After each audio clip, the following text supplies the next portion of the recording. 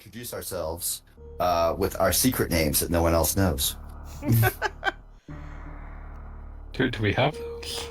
I mean, I will be honest. I just tweeted. Did you not pick your secret name, Gago? Fanboy, are you even reading the secret messages? I leave them in the stars for you. Because you aren't. I don't look at there's too much light pollution. I can't see the stars. I'm going to be honest. Fine. I've been Next using my week I'll secret leave them on name the as my moon. regular name. If you turn into the moon again, I'm gonna fucking kill you. You can't fucking kill me if I'm the moon. Man, someone never finished Majora's Mask. No, in the Joke's on you. I've Majora's beaten Mask, that you game make like friends 3 with the moon. times. 100%ed it each time. No, not 100%ed it. All masked it. I didn't get all the I didn't get all the heart pieces because the Deku trading quest is stupid. The masks are the interesting part. Yeah, the masks are the good part.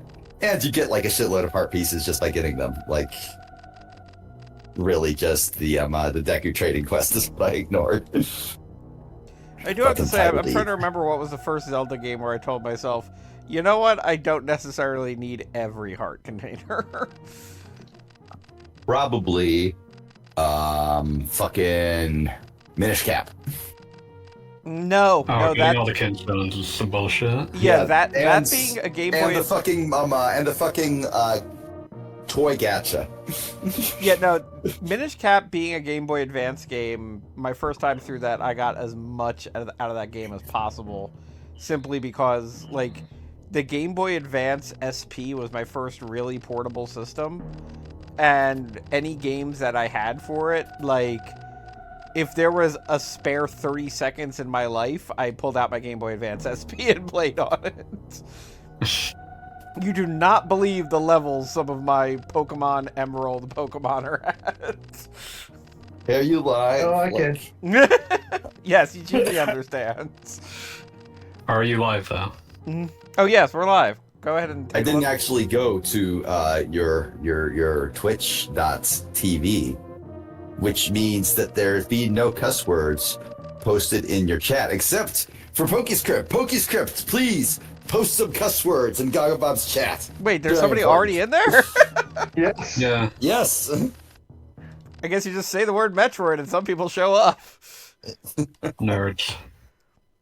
I haven't even tweeted. Or Blue Sky. I'm gonna Blue Sky it. I You don't know Blue what the Sky word is it. for Blue Sky. Crispy. Please tell us why. Please Blue tell Sky us. it and Z it, or fine. how do you pronounce X? Why did I say Z? That doesn't make sense. That's a different letter. Don't you All this dare stuff. fucking call it X. I will come to your house and murder you. Come on, Drill calls it X. Everyone is saying Only mockingly. it. You have a goggle. Mockingly is You the have only way a- we refer You to have a Blue Twitter. Sky white goggle, Bob? I'm certain you do. I do have a Blue Sky. I unfortunately have not yet installed the app on it, and thus or on my phone, so I have not actually really started using it. And I'm posting it here instead of Twitter because I am a rascal.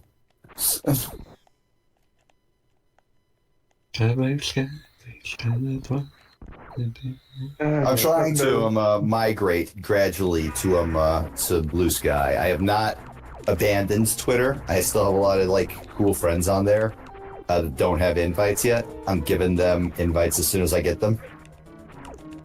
And like, you know, the whole like, oh, if my mutual's on Blue Sky, then they're getting invites and they'll invite some more of my mutuals. So, you know, we're getting there. The migration is underway, but it's taking time. Yeah, I'm trying to remember who gave me an invite to Blue Sky, but it wasn't you. Wow. But it was Wow. maybe a couple months back. I'm trying to remember exactly what it was.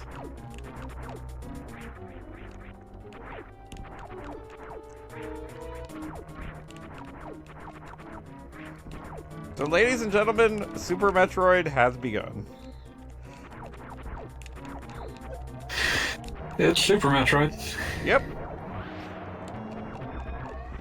Trying to get the. You were going for that. I was hit going 100 for it, but I times. wasn't going to try too hard.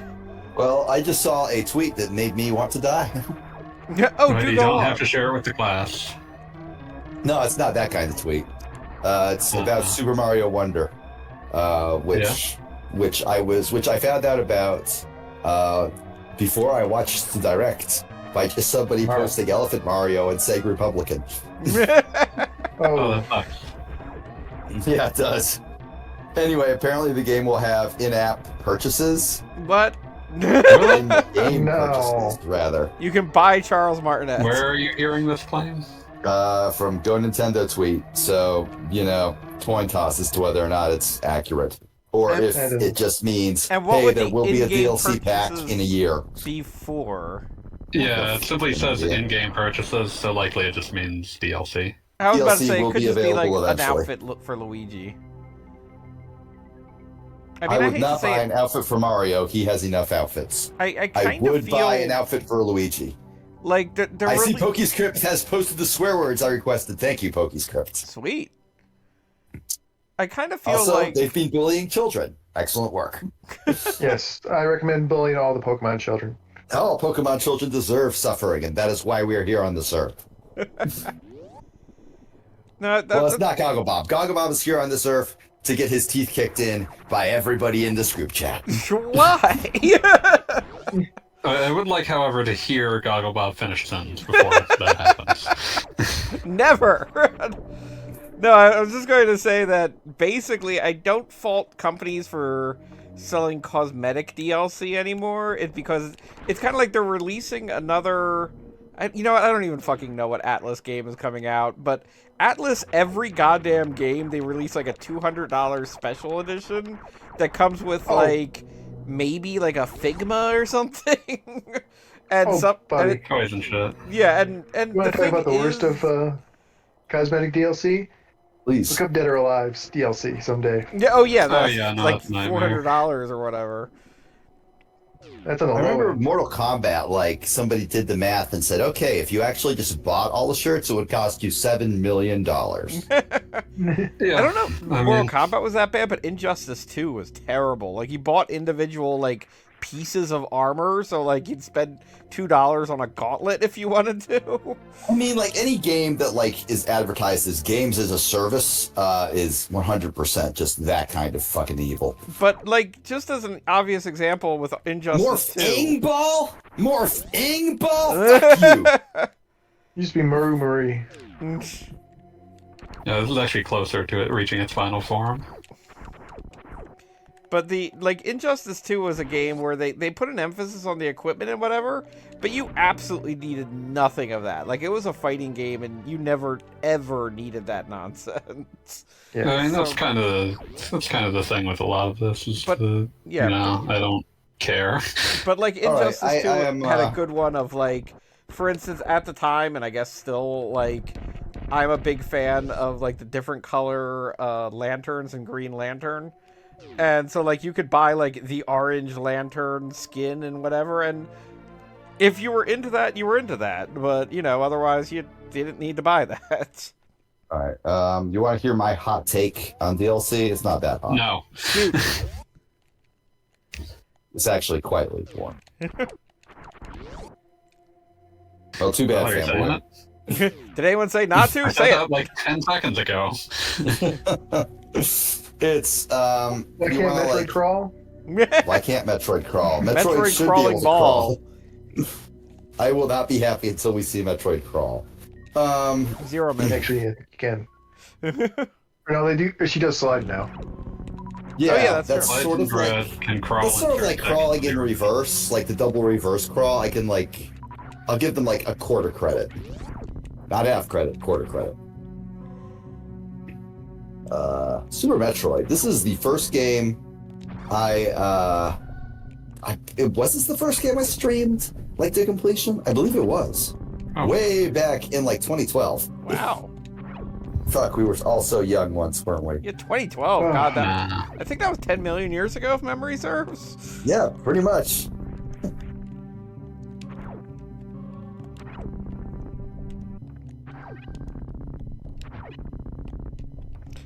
Back in those days, we were all worried that Mitt Romney might become president. Dear God. How naive we were. What a glorious world that would have been. Well, Let's not go too far. Yeah, no, like let's not pretend for a second that Mitt Romney is an aspirational figure. There was just further down to go. Yeah, we did not know how deep the well exactly was. Yeah, I remember. It's weird to think about being worried about, what was it, McCain? Oh, fuck, McCain. I mean, he sucks too, don't get me wrong. I was about to Also, say, not to also say I ever wanted him, crap. but it's just funny to think Also of him as being extremely a dead, threat. so, you know, that's also Yeah, so you get to say sucks in past tense. Sucked. Yeah, sucked. I was in Six Flags when I found out he died. I will always remember that. Nice celebration. Like, I'm going on a roller coaster now. Oh, damn, McCain died? Let's go down to some wooden roller Let's go coaster. down a cooler roller coaster. Fuck yeah. A roller coaster is being upgraded on the basis that McCain has died. Normally it would just be an exciting ride, but now it's a very exciting ride. Oh dang, your bird dad is mad at you. Don't worry, this is a fake bird dad. I hate you, bird dad. And Fuck you, Dad. You never listened to me. now you're You're not my real bird dad. My real bird dad always gave me bombs without attacking me.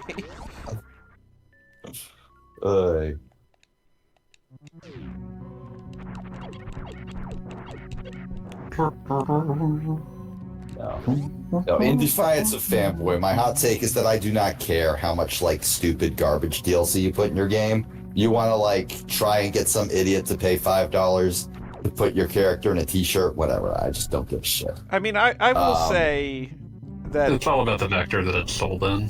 Yeah. Like- Once they add a gambling element, then I feel nothing but white-hot hatred. Yeah, no, that is a problem. That is actually evil. And people say, oh, well, if you just, you know, You can if you just just ignore space out it. your polls, you can just ignore it. Yeah, it's not me I'm worried about. Obviously, I can ignore it. But that is a targeted I'm in fact attack. already ignoring it. That is a targeted attack on people who can't just ignore it. And not only because is a it- lot of people with like gambling problems play video games instead because it's got like fun of like, you know, doing a thing and having risk and reward, but without a monetary like cost being inflicted upon them. But their brain does not have like a natural defense against. So if you put gambling shit in your video game, and I don't care if you're like fucking Genshin Impact or like fucking NBA Jam or what the fuck ever, you're evil, and I hate you, and I hope you die. And never mind the idea that the gambling is something that theoretically could make your life easier. Like, it's not even like, oh, maybe you'll get a different t-shirt. There's the gambling that's kind of like, oh, if I get item X, it'll save me 5 hours of real-time grinding or whatever. Yeah, but exactly. maybe I That won't sort of get thing. item X, and I'll still have to grind anyway. Yeah, it's like get that 5% of 5% I boost. briefly to considered playing Genshin Impact, and I was like, okay, if I want to play as this character, that's like what? I just dropped $5 for that character, right? And they're like, no, you play the slot machine until you get that character, and I just said, fuck you, I will never ever play it then. Yeah, no, I had much the same There is- reaction to. There's apparently There's a mobile no Fire circumstances Emblem under game. which I will ever play this because it is irreparably evil in my eyes now, and there is no saving it. And that is my hot take. I am sorry, fanboy, to inflict it upon you. I hope you can It forgive was a me. joke. It was a joke. Okay, good.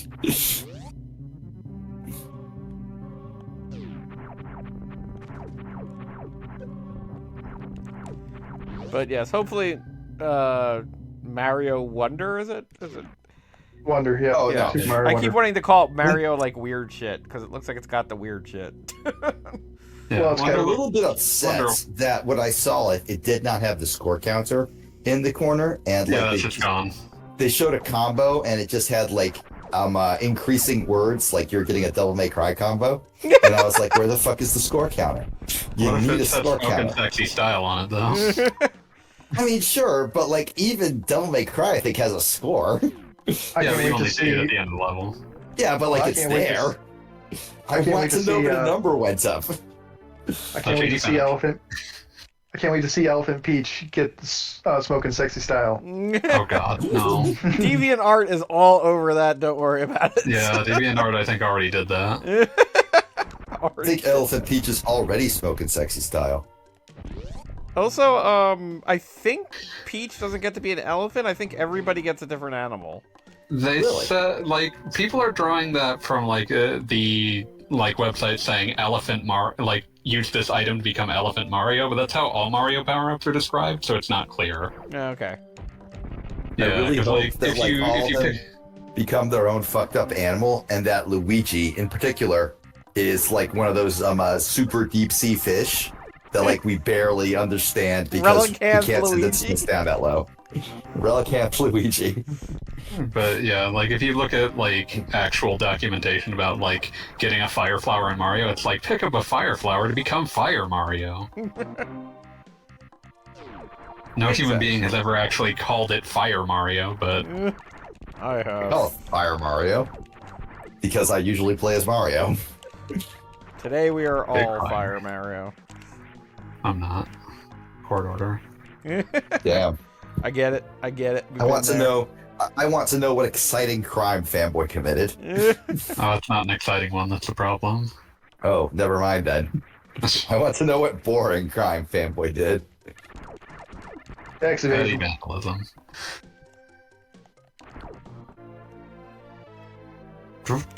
Hey, that reminds me of the game I just beat and enjoyed a great deal. Meme skateboarding. Turnip Boy commits tax evasion? Okay, one Goggle Bob, I am actually going to hit you with my car. You've had many chances. I feel like it's piss or get off the pot. He lives in like fucking New Jersey. But we have been Yeah, in the but I same know for a place. fact that he has been in the same place as you a number of times. And I think Yeah, I've even and I been in your didn't want car. to hit him with my car then, but now I do. Because I I was don't- I in your don't car, believe did that that you- confuse you? I know, a little bit, yeah. I honestly do not believe that there has never been a point before now that you've wanted to hit Bobblegog with your car. I have. Stop I have saying our already secret hit Boggle names. Bob. I have already hit Bogglegog with my car. In fact, I killed Bogglegog. Why do you think Bogglegog is not on this call? I said Bobblegog for one. Oh, that's different. I don't know what happens. Nobody knows what happened to Bobblegog. All right, Bob. I'm trying to compare your time to the world record speed run, and you should be approaching the lower Norfair elevator by now. Oh, damn, that's a great idea, Genie. I wish I'd thought of that. Please keep the speed run on screen so, like, you can give periodic updates. If only It's like- Garrison was here. I am playing the game for the purpose of seeing the game, not speeding through the game. Same thing. You can speed it. You can see the game when you're speeding through it. Yes, because world record set by Oats and Goats 3 weeks ago is 40 minutes and 36 seconds. 3 weeks Jesus. ago, damn. Way to That go, is- Oats yeah. and Goats. Is that any percent or like? Any I percent. mean, I guess yeah, it would be 100%. But yeah, they had. Super Metroid does not have a lot of glitches. It has glitches, obviously, but like in the run that I'm aware of, right? Well, I don't think it has Uh, like Sequence game breaks. It breaking. depends upon how you count that. Yeah, like For it the has record- glitches in so much as you can wedge yourself into a wall properly to skip an entire area. sure. There's some other stuff like mockballing, but Yeah, but apparently the gravity suit makes you immune to or the heat damage in lower Norfair. huh, weird. I guess because it's assumed that you'll have the various suit by the time you get it. Mm-hmm. That makes a fair amount of sense.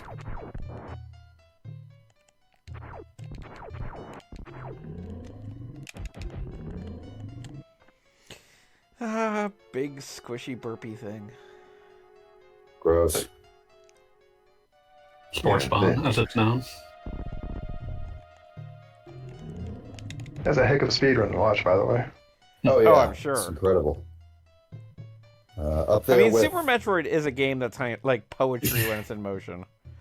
Oh yeah.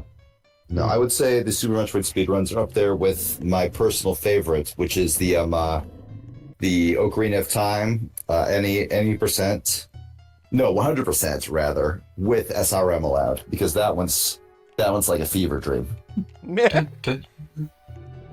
SRM being scale reference manipulation, which is as close as you can get to arbitrary code execution without actually executing arbitrary code.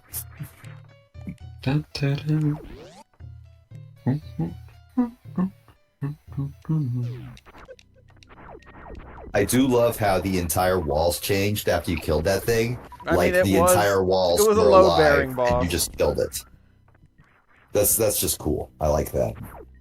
There's a lot of that's just cool in Super Metroid. I mean, we'll get there eventually, but I will say that, like, Dragon, or whatever its name is like a religious experience.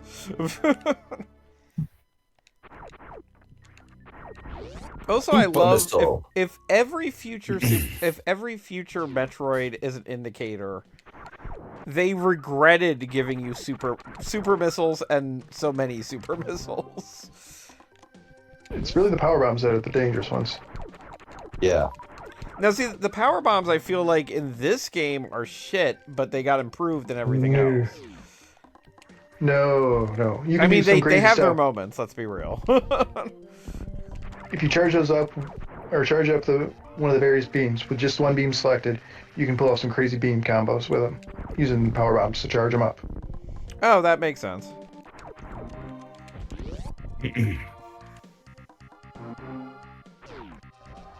How did you drop like 15 bombs there? What the fuck happened there? If you do a charge and then go into your ball, you drop a bunch of bombs. Mm-hmm. Is that an Just intended since Gene was mechanic? talking about it, Yeah. it was like... There's all sorts of like weird combos that involve using combinations of like super I had missiles no and beams idea. and power bombs and shit. That was really cool. Let's all talk about the Crystal Flash. I was about to say, is it time to talk about Crystal Flash? And here's what's the internet call this now? The noob bridge. I admit that it tricked me the first time. It's like, what do you mean I can run? It's not immediately obvious. You should have already killed. Wait, you don't need an upgrade for running? You can just run? Yeah, you can just run. Then there's the super run that you get later. I am so bad at this game, apparently. You definitely knew this at one brief period in like 2012, but that's about it. Yeah, you have to know that to get past that bridge. Unless you know something much more esoteric. Unless I'm aware of something stupider. Got it. PokeScript asks, what was NRS cooking by adding incremental stat bonuses, gear grinding, and set bonuses in a fighting game? I don't know what exactly they were cooking. That was in Injustice 2. Gotcha. Okay, yeah. That was part of their whole stupid gear. That's not how a fighting game should work.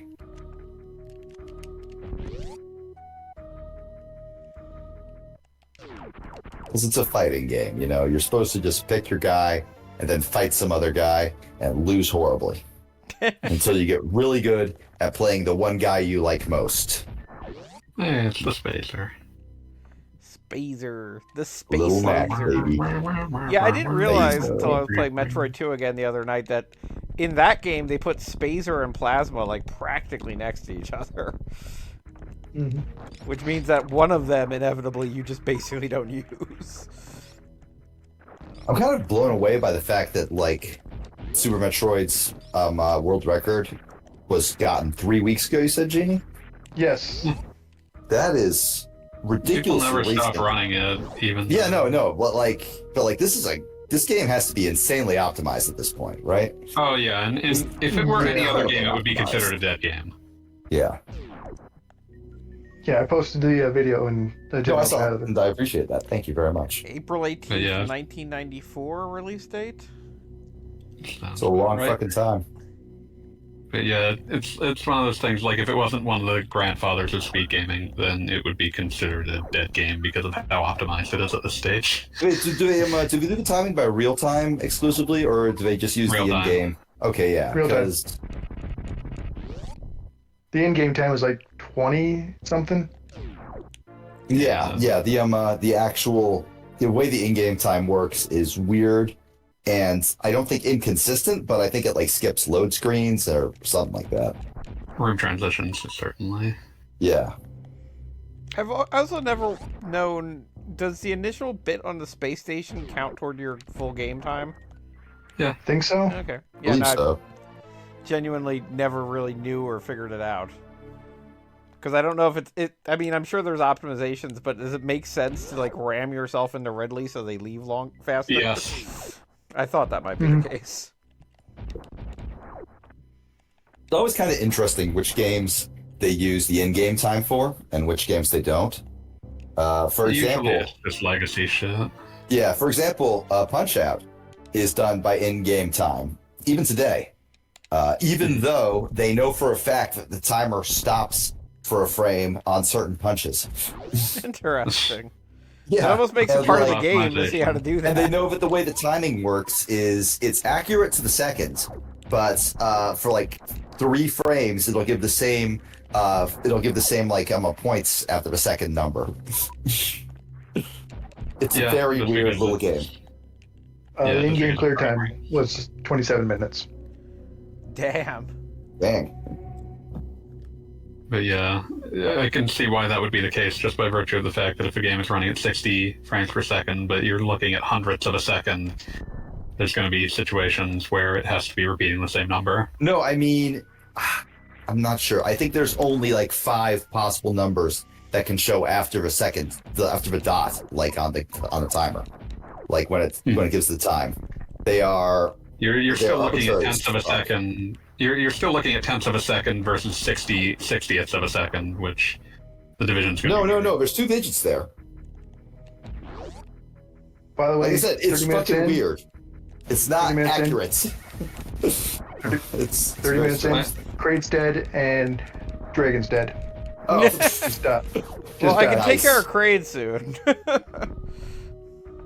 Is Yeah, it going to Kraid be was another second. one-night Or third finish, Gogglebob? Is that the What goal? was that? Oh yeah, this is a game that the other 2 I was kind of like, oh, I haven't played this in a while. Who knows? This game probably I'm not gonna like stake my life on it, but this game I unless can something probably goes very wrong. do in one night. Shit. I mean, Super Metroid is a game that, like, You're my right. brain runs through when it's idling. Like, that's how that works. And technically, I'm Didn't gonna get a have chance to play it rewind. until the here. virtual console release. Yeah, I checked and I actually have save files on the virtual console from around this time last year. Yeah, I didn't get the chance to play it until then, which I credit for being why I like it, but it's not one of my favorites.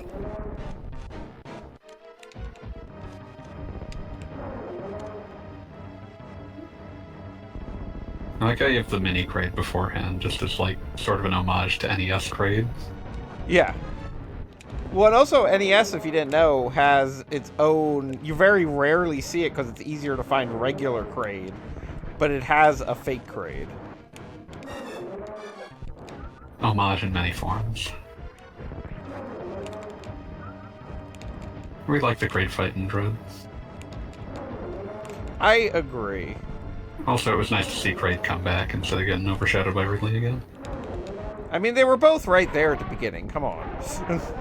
Yeah, but Kraid almost never comes back. I know, that's what I'm saying, is that we should see Kraid as much as Ridley, but somehow it's always Yeah. just Ridley. Kraid can't fit his fat ass outside of his room. Rude.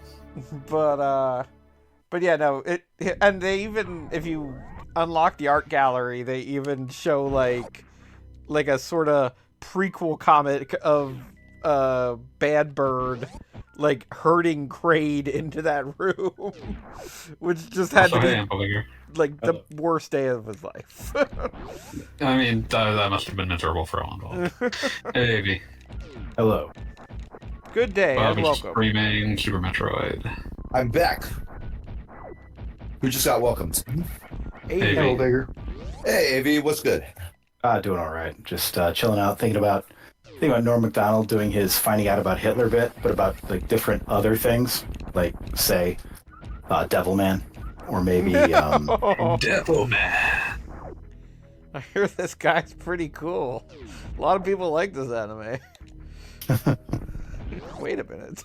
just the all-time line. You know what, Hitler? The more I learn about that guy, the more I don't care for him. Listen, if someone said that to me about Devilman, I'd be upset with them. Seriously. Devilman is a nice boy. Devilman is a manga made by a man who was, at the time, convinced that he was going to die from having taken such a heinous shit. and likened these two experiences to each other. Oh man, just Gona Guy has never been anything but himself. never. Just an unstoppable force for an unstoppable force for something. I'm not sure. For something. It is unclear what exactly he's a force for. Yeah, The exactly. advancement of comics technically marketed at children, but grotesquely inappropriate for them. Yeah, you just think about. I mean, you think about all those. Yeah, like by the time it was the '80s, you know, when I was growing up, like I think about all the fucked up shit I was able to watch because parents didn't care or didn't know any better. And I think about the shit that like they looked back. I was like, nope, I would never let my kid watch this. What the fuck were they watching? What the fuck were they encountering? Violence Jack initially ran in a shonen magazine. Ah, yeah. Oh, that's. I just love when you look at like just the most depraved god awful manga, and it's like, oh yeah, this runs in a Square Enix magazine called like Weekly Kissy Face. weekly Gon Joker. Yeah, exactly. I have a subscription to Weekly Kissy Face. I love looking at the list of like manga magazines that exist or have existed in Japan, because it's just the most like car crash of weird words that don't really have anything to do with each other. Yeah. Just avoided getting grabbed by the baby Metroid. Now grabbed by the Ghoulies? Weekly Explosive Playboy. Wait, no, I think I know what that is. Yeah, oddly enough, not what you're thinking. Yeah, it's like, Somehow. what you don't realize is that Ron 1/2 debuted, and the page is a Weekly Explosion Playboy. Wait, No. really? No. I God. believe it though. Like, I guess I'm just gullible, but also,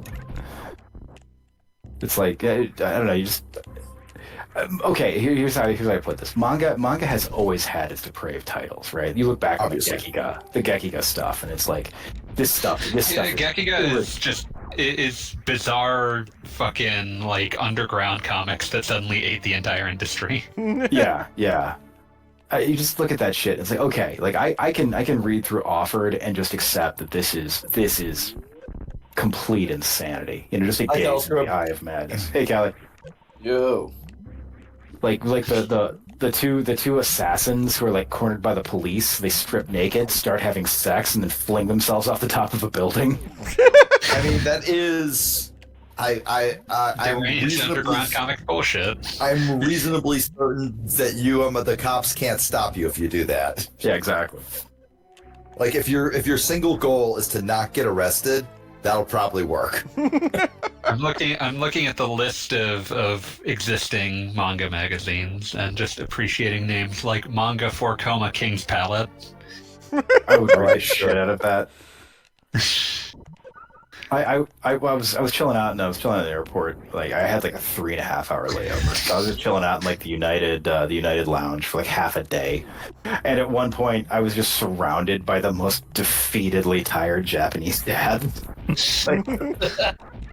Like one guy whose face was so impassive that he like sat down and crossed his arms and his legs in such a way that you couldn't tell he had fallen asleep.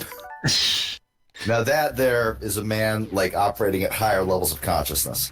Absolutely. Like you can't tell the difference between sleep and wakefulness with him. His children live in constant terror of his surveillance. Shonen Big Comic, formerly Weekly Shonen Big Comic and Manga-kun. Yes. I do like just we named it well, but we have comics and they're big. Big. So therefore, Big comic. But no, one Young guy magazine sat uppers. down.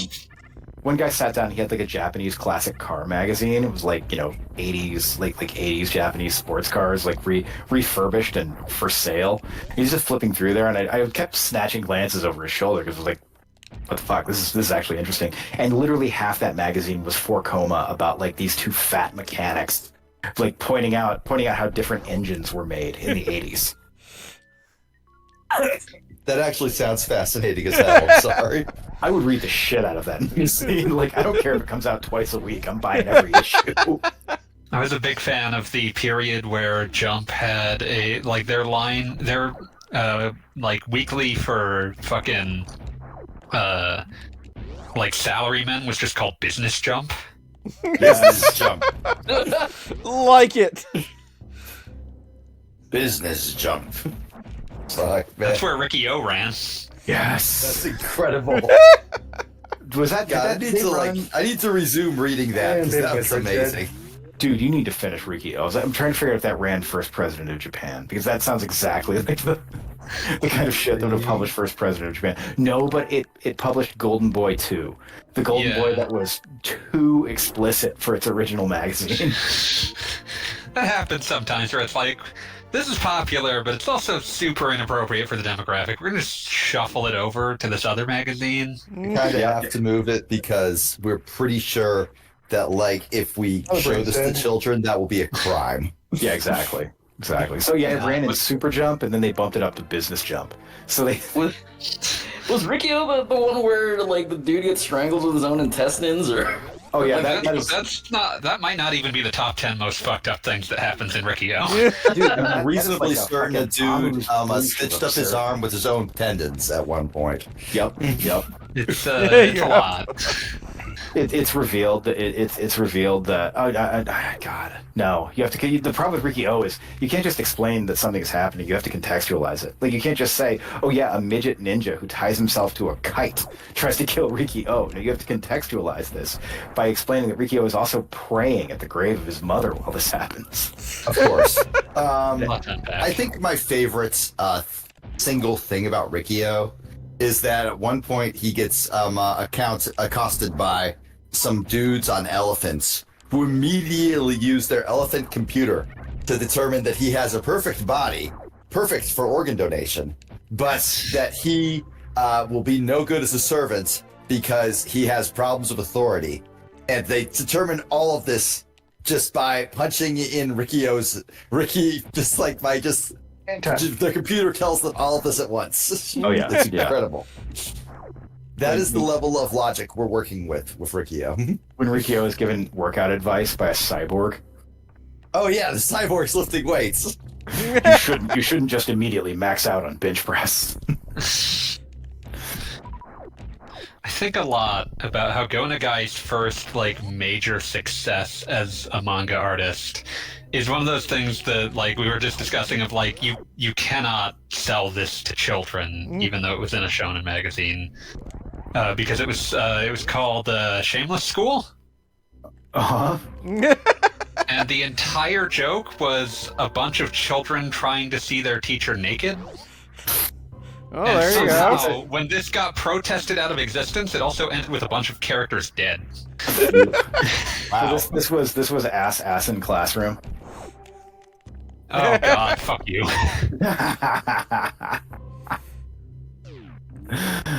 Oh, thank you for not just no selling that. I know you were tempted. Criticized as vulgar because it introduced overt eroticism to children. I mean, that is the definition I was of about vulgar. to say that is It is quite vulgar. vulgar. Yeah, it's like Protested by parents and PTA. it's like you hear about something like getting like on the bad side of an obscenity law or something, and you're like, okay, well that was written like in the 30s and is being used to like censor something needlessly. But no, this is actually what they're talking about. I love this line. At first, Go Nagai did not have any idea what story to develop, but his assistant at the time was boasting about how he had peeped on the girls during their physical examinations from a hole in the roof of his school. This idea was developed into the plot of a manga. Oh yeah, I committed Sex crimes. I committed a sex crime. And Like it's it's like children. interesting. The guy Go was Nagai. branded a nuisance and enemy of society.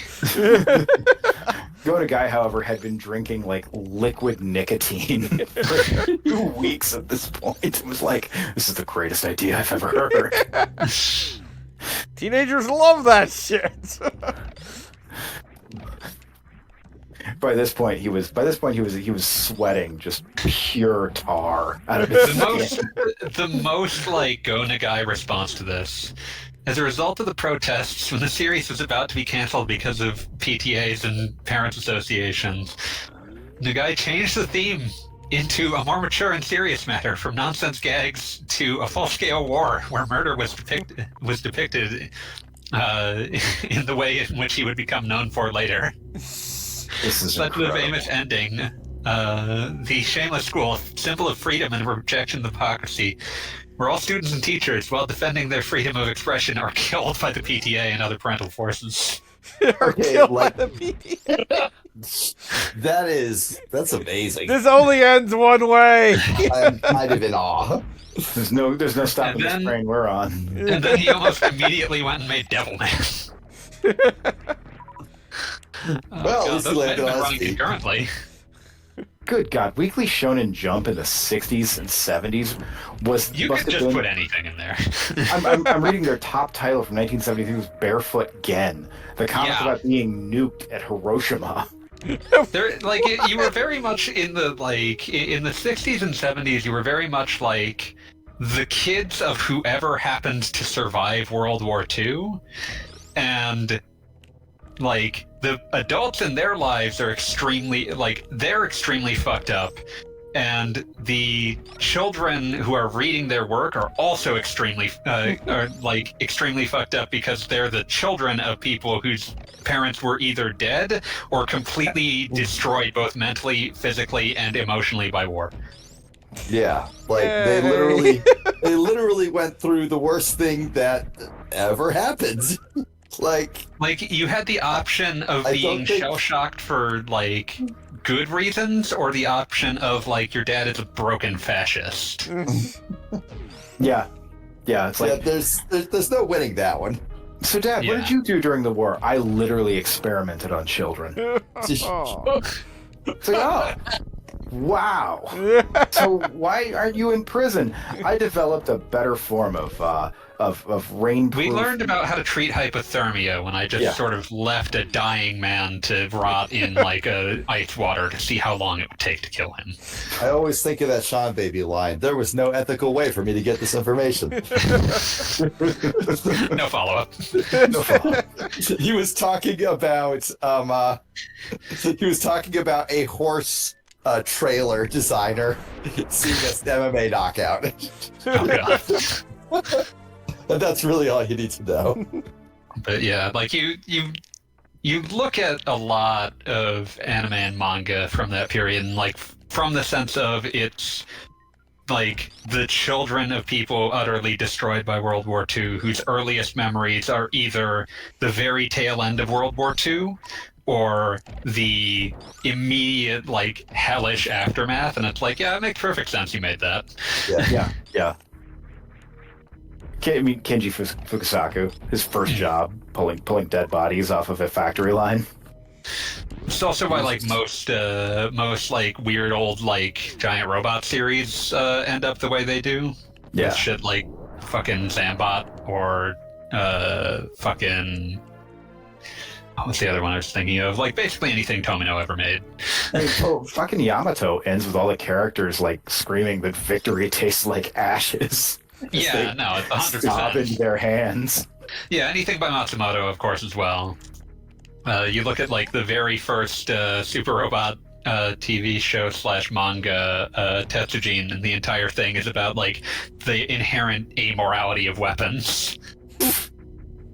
I love the shit you get about about that is so ridiculously political from the 60s. If you ever read Wild 7, Mm-hmm.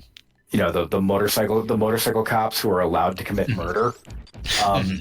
One of them is a guy who was put on death row for protesting the Vietnam War. Mm-hmm. Wait, that seems like not a death row offense, but you know, Vaguely It shouldn't be, but should it be. should But well, we live in a society, don't we? Yeah, we do. It is really one of those books you read and it's hilarious in the moment. It's oh my fucking God, I can't believe this. But then you apply, then you just start thinking about it. It's wait a minute, no, this is actually completely depressing.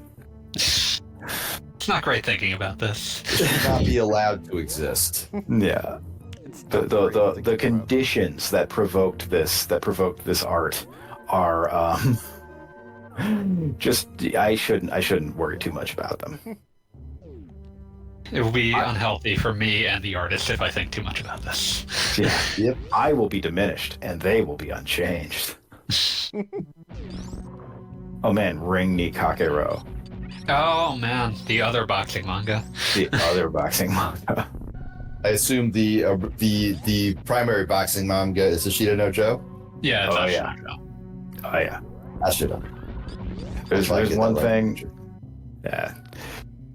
It just unspeakably, it must have been unspeakably horrifying to have to go up every week and be like, okay, so you're the other boxing comic. Let's see how you do. The other boxing comic. God. And like Ring ni Kakeru, to its credit, hugely influential as well. Like there's the 3 boxing manga that anyone can name, and it's Ashita no Joe, Ring ni Kakeru, and Hajime no Ippo. Yeah. I was talking to Kalir about the boxing manhwa, which is just called The Boxer. Extremely creative name there. I mean, why mess with success? Yeah, exactly. You don't want to get you don't want to get like too meta with this. You end up with shit like Roku Danashi Blues, which technically is a boxing manga, but it just has one of those titles. It's a combination of like hard to spell, hard to pronounce, and impossible to remember. Mhm. The boxing manga with the weird name. Yeah. Oh, it's like Karate Shokoshi Koinata Minoru. It's by the guy who it was the comic that the Coliseum guy did before Coliseum, and you can I see enjoyed reading that one a lot, and I'm not sure how much of that reaction from me was just pure, what the fuck am I even looking at? Oh, dude, Coliseum is written for the Japanese equivalent of the Raider Dr. Jones, and for no one else. I think Literally no one else. God, what was I thinking about? Something. When I'm thinking of like good names, to just like a good simple name that is unmistakable, I think of the Japanese name for Karate Master, Karate Baka Ichidai. Which I is feel just like you're gonna have to explain that one for the idiots in the room. You don't can have try to be an idiot not to speak Japanese. Come on.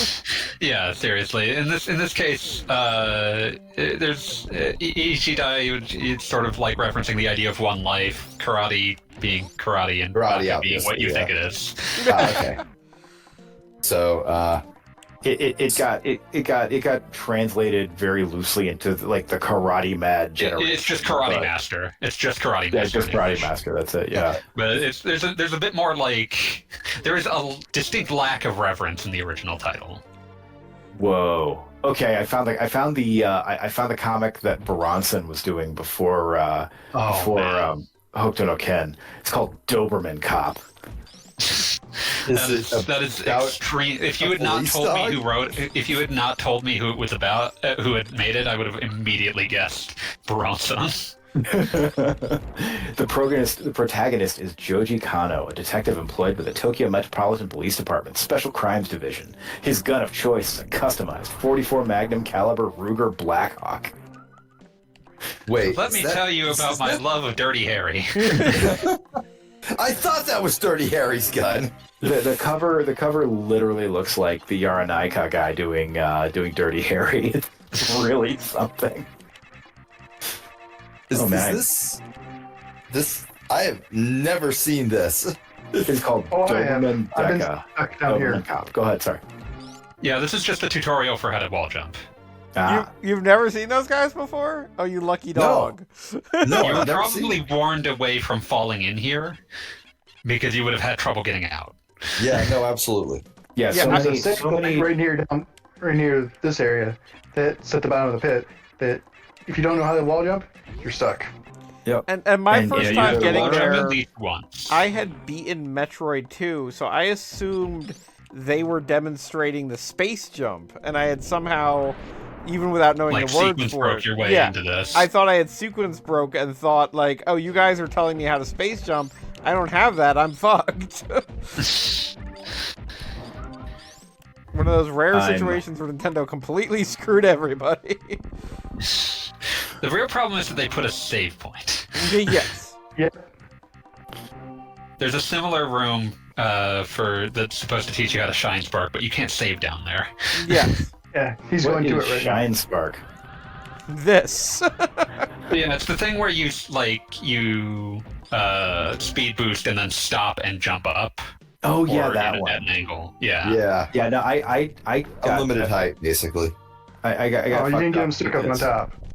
Yes, I deliberately let her die. I learned to do the Shine Spark jump before I learned to do the wall jump, and so I kept trying that jump over and over and over again, and just hitting the ceiling and falling back down Oh lord. Oh, That that's is- for like an hour. Suffering. No, it was that. And this is back in the day, when you played games by renting them. That was where my Yeah, Super like, Metroid oh was. great, I've wasted a weekend. Yeah. It's like I'm not getting a second bite at this apple. I've got to play. This is what I'm going to be doing for the rest of my weekend. There's like Oh, one man. time where I rented something shitty and the mom and pop store just let us return it because we returned it like an hour. it was an It's app. like, okay, you can Amazon. exchange this. You got fucking Amagon or like Hudson's Adventure Island. Later generation, so it was some shitty PS1 game, but yeah. Oh, okay. Even better. Of Yeah, which your parents there take are one look at the legion. screen and like, my son deserves better than this jank. Look at these polygons. It helped that it was only a 3-minute drive as well. Oh, that's good. Yeah, that's a big Yeah, that's good. Just imagine, it's like the kind of thing where your dad would like march in there and demand that the clerk reach into his own butthole and withdraw a better game. Produce something better, sir. I got nowhere to be, pal. The role of our father is now played by Jesse the Body Ventura. I want you to reach into that butthole right there. We're gonna eventually cycle through everyone who was in the original Predator. Speaking of reaching into buttholes because somebody broke something or whatever. Nope. I Speaking of which, I still remember my buddy and I bought from Suncoast on its release because we were for some reason excited God, about it. Suncoast, what a time. Yeah, What time, what place? the DVD release of the Escaflowne movie. Oh, yeah. And if That you, one's the one where you don't get evil Sir Isaac Newton, so this why is bother? true. But if you're unaware, the first printings of that DVD had a known defect. Oh, And Really? we got a version that had a defect on it.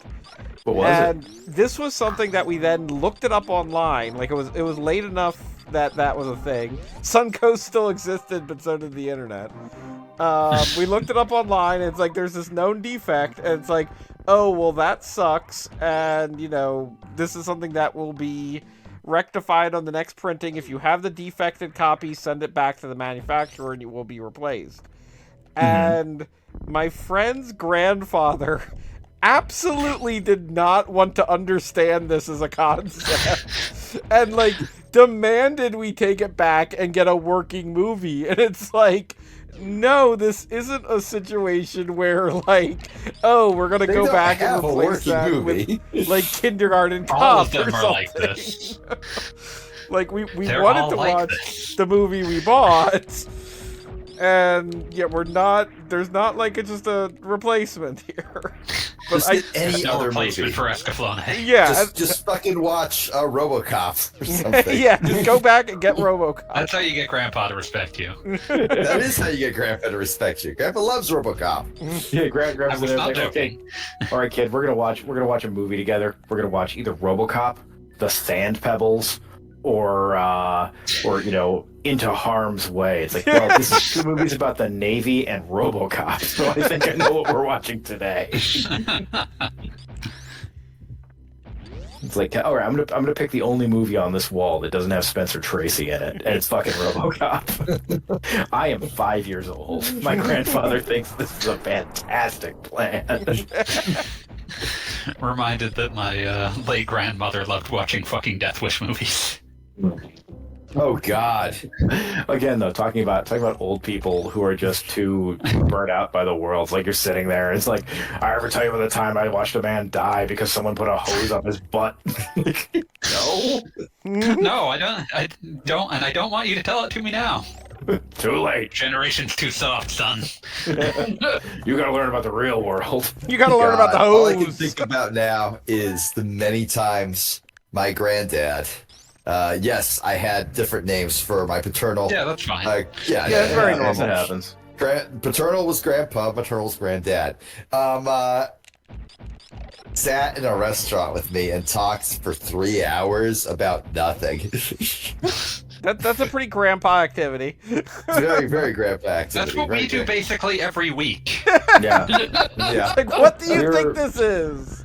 We're middle-aged people just getting together to talk about the old days and watch watch And watch the ancient old games. media, watch the old games. You know, it's like, oh, that one of my favorite They posts don't of all make them time. like this anymore. Did I ever tell you guys about my time in the war? God. No, like a guy's like being like, you know, a guy doing a tweet like it's like the Middle Ages, like, no one, not a single solitary foal. My father from upstairs. Who remembereth proper constables? Not like the ones we have now. Oh my god. Also, Jeannie, to your point, I don't believe you ever have told us about your time in the war, and that's okay. Don't ask me. You don't have to. Yeah, Good. I was gonna say I'm not gonna talk about it on stream. That's I'm fine fine. with mystery, not history. Don't let me hold you back. Oh. I can't remember the name of this guy. Crocomire. Come on. That's a stupid name. I hate him. It's a good name. Gago Bob killed this He's bitch. a good boy. Cousin to Blarg. Kill this motherfucker. He was just chilling down here, and Bob just drops down into him, and Yeah, there Shoots really him in the is no face a bunch of indication times. that he's even like. It's just some sort of weird megafauna. Is that the boss that's like the big green bug that flies in and gives you the hug? No, that's no, a Zero that's mission. Dragon. I hate that guy. I hate that guy. No, the one who's like a big crustacean guy. Oh, Super okay, that is Metroid boss. Dragon. Yes. Dragon, is that your fight now? No, that was No, this is Crocomire. Crocomire. This is the thing you send back into the acid, and you watch it slowly, horribly die. Yeah, this Oh, is that's the a thing you fuck- beat that's so bad very it shows up in horrible, yes. Castlevania. Yeah, that Super Metroid's a pretty awesome, somewhat fucked up game. I did it. Oh yeah, no, Super Metroid's the shit. Everything it Yeah. does is legit. Yeah, Dragon looks like a giant Dragon looks like the shitty mutant shrimp we're all going to be eating in 40 years. Yes. Monsanto presents Dragon. God, it will be Monsanto, won't it? It God will be. damn it. There'll be kids Dragon. It'll taste like fucking mango. We'll just. Children It'll- won't know what a mango is because they'll It'll be gone. taste like the artificial version of a mango, because mangoes won't exist anymore. I like how Yeah. Yeah, like It'll be like- bananas. Exactly like bananas. It'll be like, you get those guys. I will not live in the pond. I will not eat the bugs. Like, okay, you get to live in the cube and you get to eat the shrimp. Are you happy now, asshole? Speaking of Listen, grandpas. I'll eat the shrimp. I'm not too good for the shrimp. Red Lobster presents. Yeah, that's it. That's the only. It'll be like fucking Demolition Man, except the only restaurant is Red Lobster. Murder, death, kill, murder. They will have found out a way to perfectly recreate the Cheddar Bay biscuit using using whatever hideous hybrid grain is left. Combination of that hideous hybrid grain and mashed up cockroaches. That's it. It will be indistinguishable from today's Cheddar Bay biscuit. It may even be better for you. It probably will. I ever tell you Better guys for my you, but wife's worse for your soul. first job was Red Lobster. Mine is very famously Johnny Rockets. But hers is Red Lobster. I feel describing recently that as stated she has a shellfish allergy. Oh Oh, no, bad. That seems bad. That's super That's terrible. bad. That's awful. That's such a I bad. assume not like a life-threatening one, just one that would make her miserable. No, just one that would make her miserable. Yeah. Okay, that's good. Ugh. I have to imagine that's one of the first questions they ask you at Red Lobster after, are you a registered sex offender? Well, Like, we just want to make sure that's done. okay. Well, see, that's the other horrible part of the story. Oh, no. Is that her boss was, if not a registered sex offender, was definitely a sex offender. Unregistered sex offender, like unregistered Unregistered sex offender. hybrid cam 2. Even better, it's like the only Red Lobster in America that's in an unincorporated community, so all the sex offenders work there. Like, it's the only place that can employ them, so. So the community's Red Lobster. If you built this Red Lobster 50 feet to the I know. Because you'd be in this I know. Listen, we can get people to look past it if we make it the one Red Lobster you're not allowed to bring children to, but serves much, much more like alcoholic beverages. Yeah, exactly. We're doing drink specials and cancel Mother's Day. The whole franchise, this won't work for the whole franchise, but for us, this'll work. Oh, it's prom night. We're shutting down. Yeah, we're just done. There's too much risk in too many vectors. I'm sorry. Were there people who went to Red Lobster after prom? If they thought that they could get drinks from it, yes. Yeah. Shit. Wait, could you get drinks from Red Lobster? Depends on how little your server cares. Very much depends on, yeah. I mean, like, your typical, server just absolutely could not give less of a shit. Yep. I remember back at Johnny Rockets, they would always be like, oh yeah, that guy who came in was super high, and that meant he tipped awesomely. Yeah. I am not here to narc. You see that guy? He likes to freebase in the workers' parking lot. I'll always remember Johnny Rockets because one time my boss asked me to take a totally random drug test. We didn't have a fucking workers' parking lot. You got the parking spots out back? Yeah, no, my boss came up to me and said, hey, KB, you just got selected for a totally random drug test. Wink, wink. And I said, oh, damn, really? And he's like, yeah. And I'm like, okay. It's somehow you just got random, selected for 5 of them. Like a month later, he was like, hey, Pete, how do you feel about doing another totally random drug test? I'll pay you for it. And I said, fuck yeah. You know what? If someone paid me to piss in a cup, I'd do it. Yeah.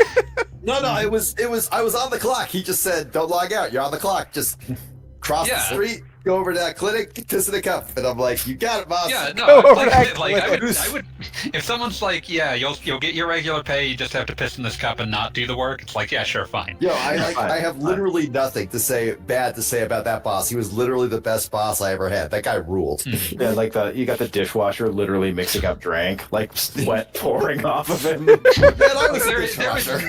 there is no part of the Johnny Rockets experience that requires you to be not high, even probably not even on the clock, but especially not off the clock. So I don't absolutely. That's just protecting your workers at that point. Yeah. Hey, Robot on Coffee.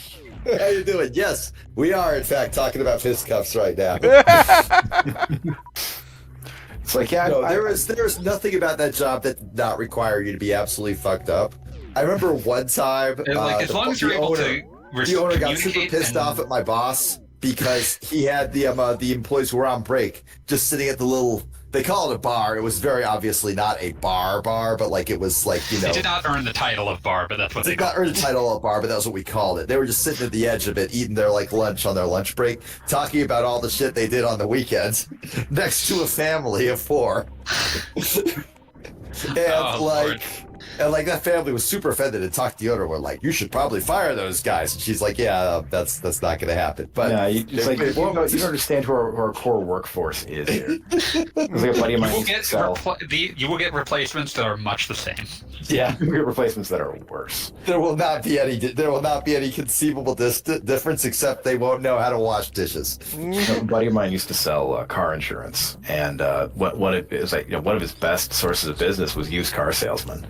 And so he would go. He was like, "So what did you do?" He was like, "What I do is I'd go out back of the used car lot before their shift started, and they'd all be out there like drinking and smoking crack, and I would just give them $10 Applebee's gift cards." I mean, I feel like person standing outside smoking crack, like the kind of person who can afford it and who doesn't figure that it matters, probably the used car salesman. Yeah, I mean that's. I can see that cross section.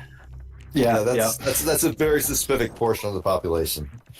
So yeah, selling cars, kind of a tough job. You need lots of energy. You need a certain you need a certain manic level of motivation to do it. Have I got the solution for you?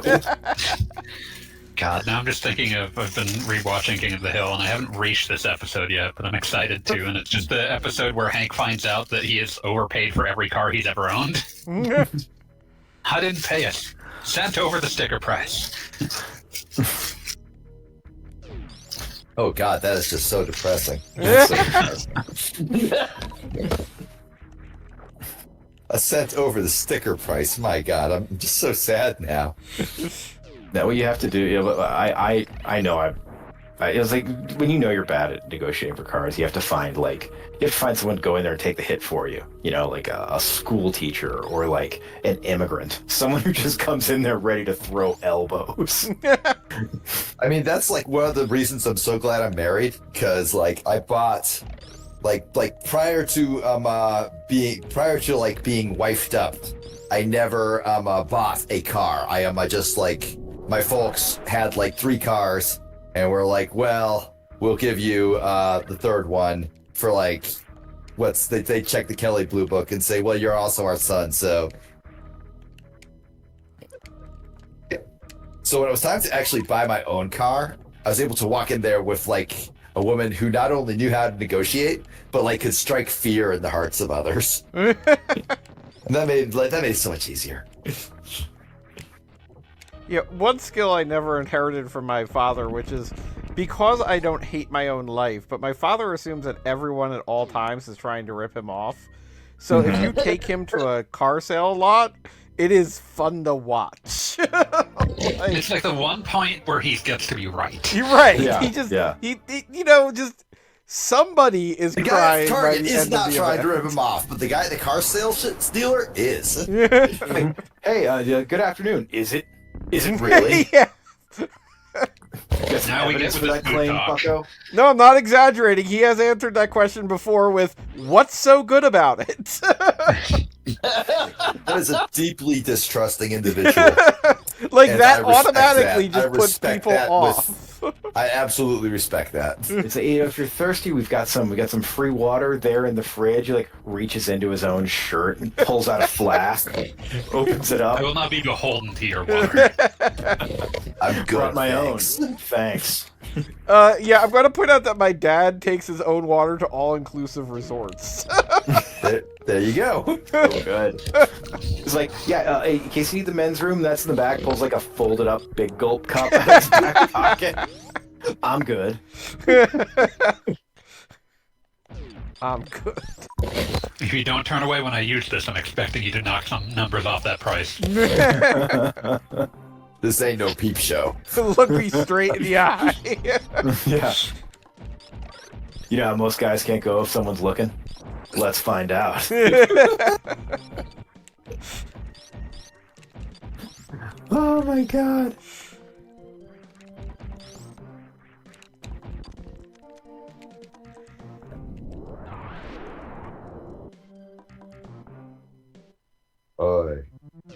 I'm trying to imagine the best possible, like, terrible fit hobby for someone with that personality, and I'm sure it's out there, but it's damn. He enjoys model trains. No, that is actually perfection right there. That's a perfect fit. Just letting you I have know to that is imagine- the answer. I just imagine him like at a model train convention, like negotiating over secondary purchase of like, fuck, I don't know, secondary purchase of like an outhouse, Yeah. and like him and another guy just staring at each other, neither one of them blinking. You sure you want this? The face off. You want to go down this road?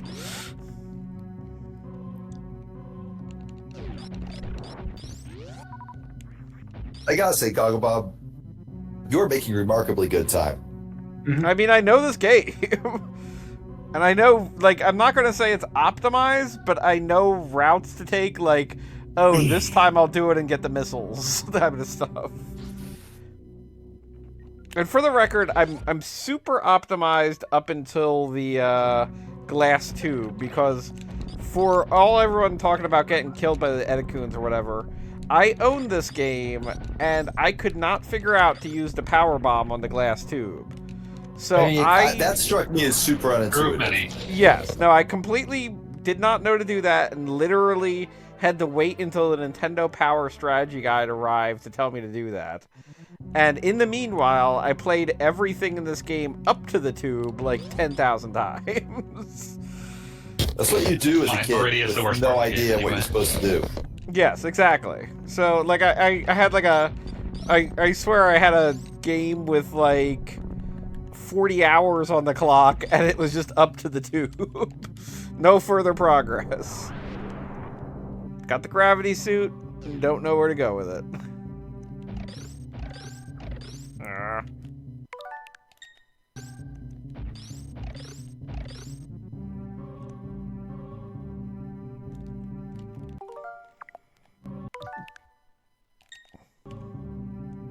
So, did anybody watch the Flash movie? I did. God, no. No, why did I do that? It was free. that was the same drunk. reason I did. didn't know what I was doing. I have That to was say, for you, it fanboy. does. There's the classic. There are some good ideas, I would say, in it, but just every last bit of the implementation is like, all right. I was. I think the thing. Okay, so like my take on the Flash movie, my hot take is that it was not terrible. Agreed. Low bar to clear, I know. It had some decently good stuff in it, like Michael Keaton as Batman. Fuck yeah, it's awesome. I Shit's will awesome. say, and I don't think this is a spoiler because it happens very early in the film, but the fact that they come up with a setup wherein, in a manner of speaking, this isn't an origin story, but you wind up with the older version of the Flash palling around with the version of the Flash that just became the Flash. And it's kind of a fun dynamic for allowing you to see how this character became this character, but with, like, the plot is moving forward rather than we're going back and talking about Uncle Ben again. Like, I enjoyed that, like, as a concept. As the thing that frustrated me, just looking at it as an observer, was just the notion of like that movie tanked, and Yes. the blame to some extent is going to be, oh, obviously the Flash can't carry a blockbuster movie, and it's like, That's not true. you kind of didn't make that movie. You made like a weird thing that's like, here's a dozen things because you're terrified of the notion of making just a Flash movie. Yeah, and yeah. there are a dozen things happening, and in general, I could see how it works. Like, there's a version of this movie. I feel like Flashpoint should never be your first movie. Oh, absolutely not. Well, I No, mean, that is the kind of the question as to whether or not you consider this to be the first movie, because really, complete with the fact that a significant villain winds up being the villain from the first Superman movie of this DC universe. Like, in a manner of speaking, this is like movie like 7 or something like that. It's not even You worth said the bad worrying guy for the about. first was like Lex Luthor, or No, or you General Zod. Yeah, General Zod. And yeah. General Yeah. Zod is like the antagonist in a manner of speaking. Mhm. Okay, here's my. So it's not even a take. Flash movie. Is what you're saying. Oh, No, absolutely. It's a Flash movie, but like it's a Flash movie that's completely on some other shit. I will say the Flash has some of the most impressively shitty villains of any comic book character I've ever seen. Bullshit. Bullshit. He has Captain Rogues- Cold and the Boomerang guy. Dude, I was about to say the rogues are good. awesome. The Rogues are just as good as anything Batman can throw at you. in some Captain cases, Cold? they're exactly what Batman can throw at you. Look, having watched the Flash show, Captain Cold kind of rules. Actually, All right. he's All got right. this. Nothing else, you're going to run into like. You could probably make a coherent pitch for at least one of the 5 or so reverse flashes at the very least. And also, I will point out that I feel like the idea that Flash has bad villains is based on the idea is that I would say he does not have epic villains. He has I think the villains. bigger problem is that characters with names like Captain Cold sound lame on paper. Right, like you can't like conceptually, I would say it would be a folly to base a movie on Captain Cold. However, as like the entire Arrowverse proved, Captain Cold can be pretty damn awesome. It's just a matter of he's not like a Zod level threat. No, Yeah. One thing about Flash villains is that they're not like conquer the world supervillains. They're a union of supervillains. Yes, Yeah. that is an That's appropriate fun. description. I remember one of the Flash villains who carried like an entire storyline was a guy who, when you boil it down to it, he was just a guy who kept walking around the city shooting people in the back. Awesome. And it's Okay, like Wentworth Miller, that was his name, yeah, and goddamn good actor.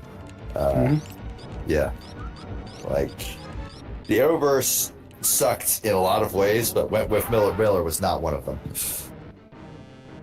Had this whole sneering, yeah, I'm the bad guy, fuck you attitude that just worked. Great shit. Him, Heatwave. Yeah, no, Heatwave, Dominic Pucelle, fucking great. Okay, so here's my hot take on The Flash. When it was being a goofy comedy movie, and you forgot that, like, you were watching a guy played by someone who had gone on, like, a multi-year crime spree of just, like, completely fucking Like, that's insane the thing with The Flash, is that he's fun. Like, that is supposed to be the point. Yeah, no. When it was, like, a goofy superhero action comedy, I was 100% on board. Like, everybody's seen, like, that gif of him putting a baby in the microwave. I'm not gonna lie, I laughed. That was fucking fun. I'll say this: The ending Flash of that movie, though, is so grim that, like, I genuinely don't know what they thought they were doing. Well, it's like they remembered they had to bring things back to like Snyder fans and decided to appeal to that. Yeah, fuck Snyder fans. Who gives a Well, shit of about course. Well, what But I'll say also is this: just, is I like, think don't do Flash is one of the Flashpoint. most. I think Flash is one of the most purely Silver Age characters that He DC runs still fast. has. He's Sonic the And- Hedgehog. Yeah, and Yeah, but DC it's like- in the Silver Age was a legendarily silly lineup. Like these are silly comics. There's nothing wrong with being silly. I like good. I like when Superman was silly, for instance. Like when he's fucking fighting the Toy Man. You know, you've got a guy who can push planets around, but he's getting bamboozled by the Toy Man. Like you end up with, like, honestly, someone having a fair brainwave of, like, well, you can't just have, like, a dude that beats him up, so you have to do someone that just pisses him off. Mr. Brilliant when you McSinson's put it that way. Actually great. No, the end of The Flash, nobody in this call is gonna fucking watch it. I'm just gonna spoil it. I don't give I a already know fuck. what happens. I mean, if, I'm like, pretty sure anybody that has just any, Flashpoint. if No, anybody it- has any severe objections, I will not. But, like, I don't think Just go ahead, man. I will Okay, point out, as so- far as it not being Flashpoint, the villain is different, technically. Yeah, the villain is different, but, like, the grimness of a lot of the ending is going to come down to that's just what Flashpoint is. the entire end is just, oh, it turns out there is no way to save the day. You fucked up by creating this parallel universe in the first place. That was your key mistake. Fuck you. And so the ending is, but before that, we get, like, a scene of, like, Flash and other Flash doing, like, ridiculous, look at me, how fast I can go. When I go fast enough, I can shoot lightning, and it's the shit stuff set to, like, rock songs, and you're like, haha, hell yeah. And then all of a sudden, Batman and Superwoman just die horribly. So they go back in time and do it again, and then they die horribly again, and you're just, like, treated to this montage of Batman. Horrible Batman and Superman deaths. Yeah, And just Superwoman almost nothing. dies the same every time. It gets kind of boring. Yeah, like she just gets stabbed every time. I don't Like, know Batman why. gets a couple of different deaths. Superwoman just gets stabbed. And you're like, well, this is Like fucking grim in my comedy movie. What the hell happened? I feel like that was a problem. And also, Like, up it's to that all point, in service of that original plot. Yeah, Yeah, exactly. Flashpoint. Yeah, and I know. will say, as I will say that they reprised what is simultaneously the dumbest and best part of Flashpoint, which is Oh god. like Pardon it is like this is the Flash's origin story is that he got struck by lightning and doused in chemicals completely randomly in his lab. So Batman, I need you to strap me into an electric chair and toss chemicals on me, and this is gonna work. And in both cases, it doesn't work at first and then does. Oh my goodness. I loved Michael Keaton's delivery of, frankly, I think this is stupid. Michael Keaton's just really fucking good at, like, being sarcastic Batman. Yeah. Oh yeah. Yeah, no, he's great. No, he was a comic actor before he became an actor in comic movies. So Yeah. he's got good timings. He can sell a line. He can sell the stupidest lines you've ever had to imagine. Any of you guys see Birdman? You know, I never did, but my dad actually said it was really good, and he rarely says that about movies. I would say it's He doesn't trust him. solid. He thinks we're He trying to rip doesn't him trust off. them, no. I would say it's What do a you mean? You solid got 8 out 2 of hours 10 of falsehoods and I'm movie paying with, you like- to listen to it? I would say it's like a solid-ish movie with like an interesting editing conceit. It's all one long take thing. Yeah, the long take thing. Yeah. But like it is hilarious to me that right after he did a movie, because the entire point of the movie is, man, fuck Batman. So like in it, he plays an actor who played a character who was basically Batman called Birdman. Yeah, no, not that Birdman. That would be perfect. Incredible. Bird. But like, and like the whole thing is about him, like, you know, sort of grappling with his life and what it's become. Not a week after that was released, he was announced, or like not very long after that, he was announced as the Vulture in the Spider-Man movie. Yeah, I feel like the AV Yeah. Club like wrote about that. Like all they mentioned for like a week was that happening. Yeah. What's that? Right after Keaton as Vulture in Spider-Man: Homecoming. Yeah, the fact that he had just played Birdman and was he now just played Birdman. immediately a cast movie as about, a winged a movie super about character. how he's pissed off that he played a comic book hero. Yeah, but the man's got bills. He's got bills to pay. Oh yeah, no, he In the end, it Motherfucker made a movie, not a documentary. yeah, motherfucker made a movie, not a documentary. I'm reading about Flashpoint. It ran for 61 issues in 2011. What the fuck was DC on in that time? Well, it was a line-wide crossover situation. So, like, those are the kind of things where inevitably, like, Captain Boomerang gets his own issue for some reason. Reverse Flash shows up.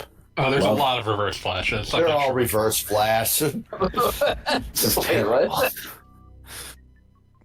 what? What was the storyline that had the meme with like Kid Flash? Like, it was me, Barry.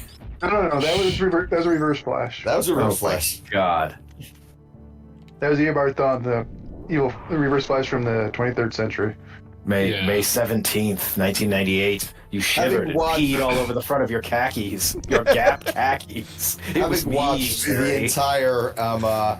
entire Flash CW series, Reverse Flash has a very, very, very large role in that, and it is almost never not stupid. I just love that there's so It's many also really reverse good. flashes.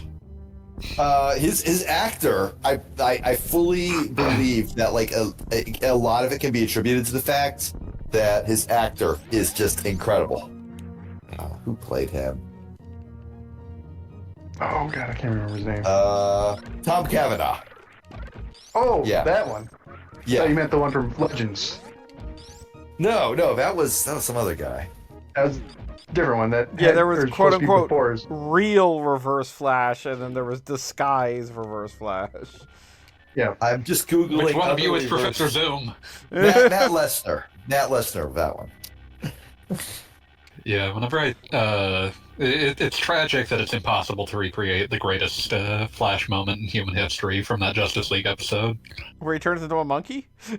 No, I mean the takes bit the where mask Luthor's in his body. Yes. Oh yeah. Oh yeah, that was perfect. I have no idea. I have no idea. I have no idea who this is. Apparently, the entire reason it did that was because Flash's voice actor was Michael Michael Rosenbaum, Rosenbaum. who played Yeah. Luthor on Smallville. Smallville, yeah. Man, remember So, Smallville? so they were just Oh, yeah. like, we have to do it. We'd be dumb if we didn't do it. The great We brain can't robbery. not do it. That was great. That was also, fantastic. and also everybody always talks about the part where the Lex Luthor doesn't know who this is, but I will also throw in my hat on loving the fact that the Flash and Lex Luthor's body is being watched by all the villains as to why he's acting so weird and not evil. And at one point he goes to the bathroom, but doesn't wash his hands. He literally says, like one of the villains says, "You're gonna wash your hands," and he goes, "No, cause I'm evil."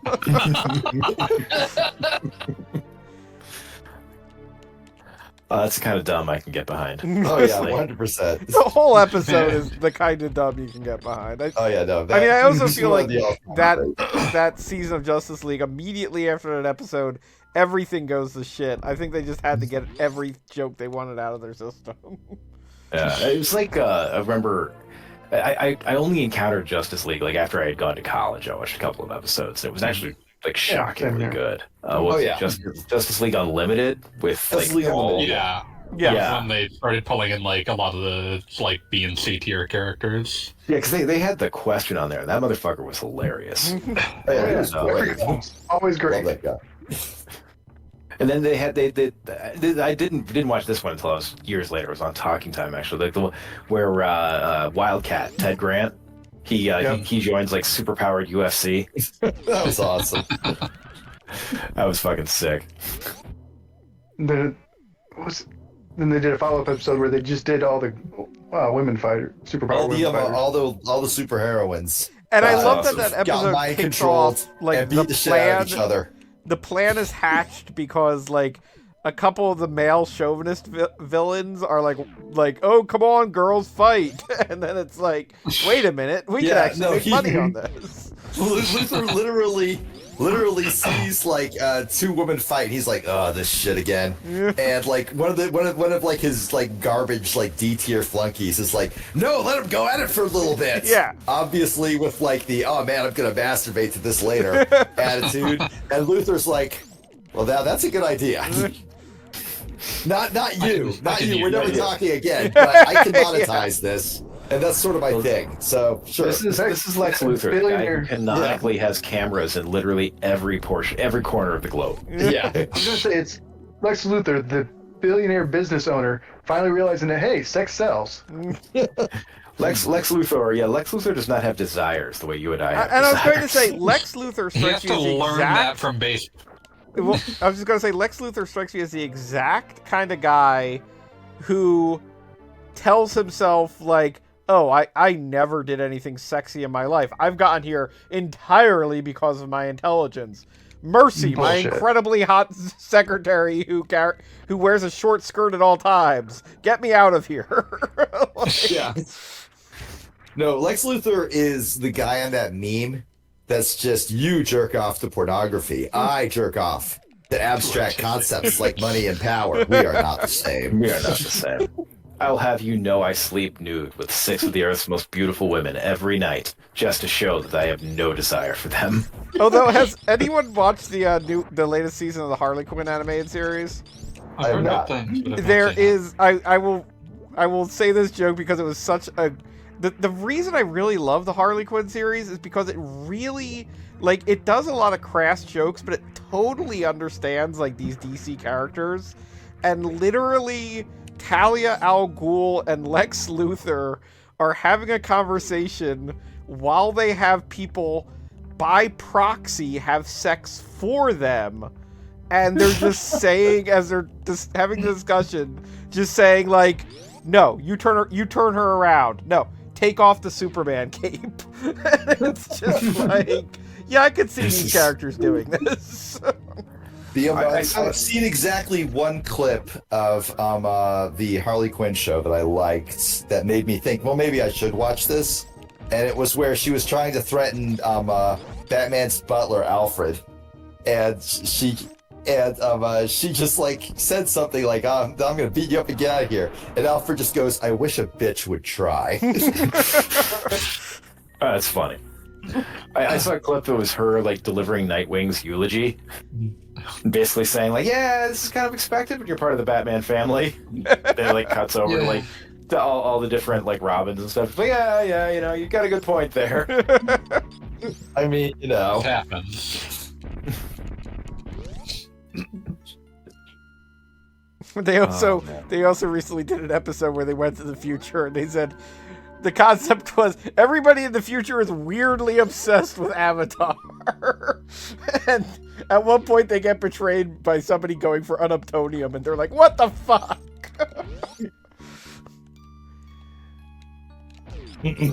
Why does anyone remember this? you can't not like remember the broad strokes of Avatar because the broad strokes of Avatar are literally any movie you've ever seen. Yeah. Mm-hmm. It is a movie that excels only in its execution. Yeah. Is it a theoretically perfect movie? Yeah, kinda. I do like how Avatar can't stop from making Stephen Lang's character just painfully cool. It's like, I'm a disgusting human being, but literally everything I do is gonna be like make you think, oh wow, this guy's really cool. The greatest advertisement for fascism ever made. Yeah, basically. You getting back to the old saw that you cannot make an anti-war movie. That's true. Yeah. I guess they did, but it was Come and See, which, well, don't watch Come and See. The reason you never hear much about that one. Oh yeah.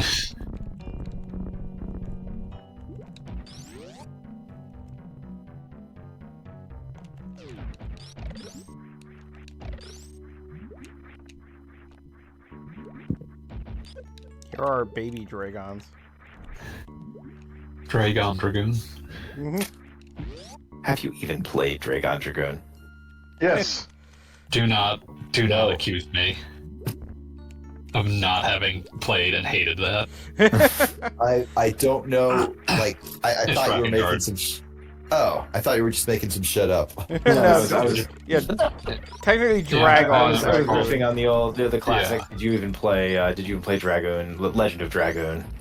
Jesus. Nick getting roasted by the stupidest people on the internet. Volume 1. God, that you did a great deal of kindness to their fucking grammar there. I refuse. I have refused to dedicate any of my long-term memory cells to remember the exact wording that these stupid people used in RP Like I said, Gamer I'm not saying editors' you're wrong. letters. It was a Gamers Intelligence Agency. Oh, GIA. Yeah. But see, I have unfortunately dedicated a certain amount of that to the Google Shing like guest like letters to the editor column that RP Gamer would post every now and then. Oh yeah. Based entirely on the strength of Goog's old Slimes comic. Don't Getting know. deep into internet history, and we're not going further. We I have cannot. no memory of this. We This will was- all grow. We will all fall apart due to like age if we go in further into this. This was a period of time when there were, I shit you not, like 4 comics on the internet.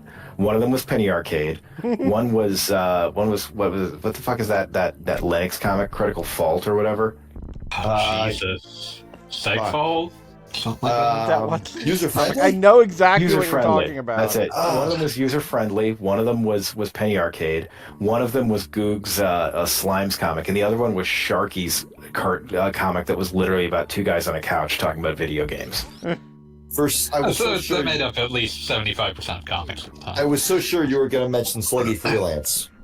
I believe these all predated Sluggy Freelance significantly. Like, Really? I think God. I believe that Sharky's Gamers on the Couch comic predated Penny Arcade. I mean, that wouldn't surprise me. That put it but- at like what 98. Holy fuck!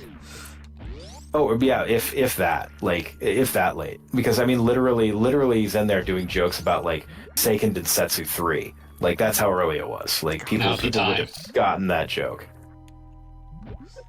Strike while the iron's hot.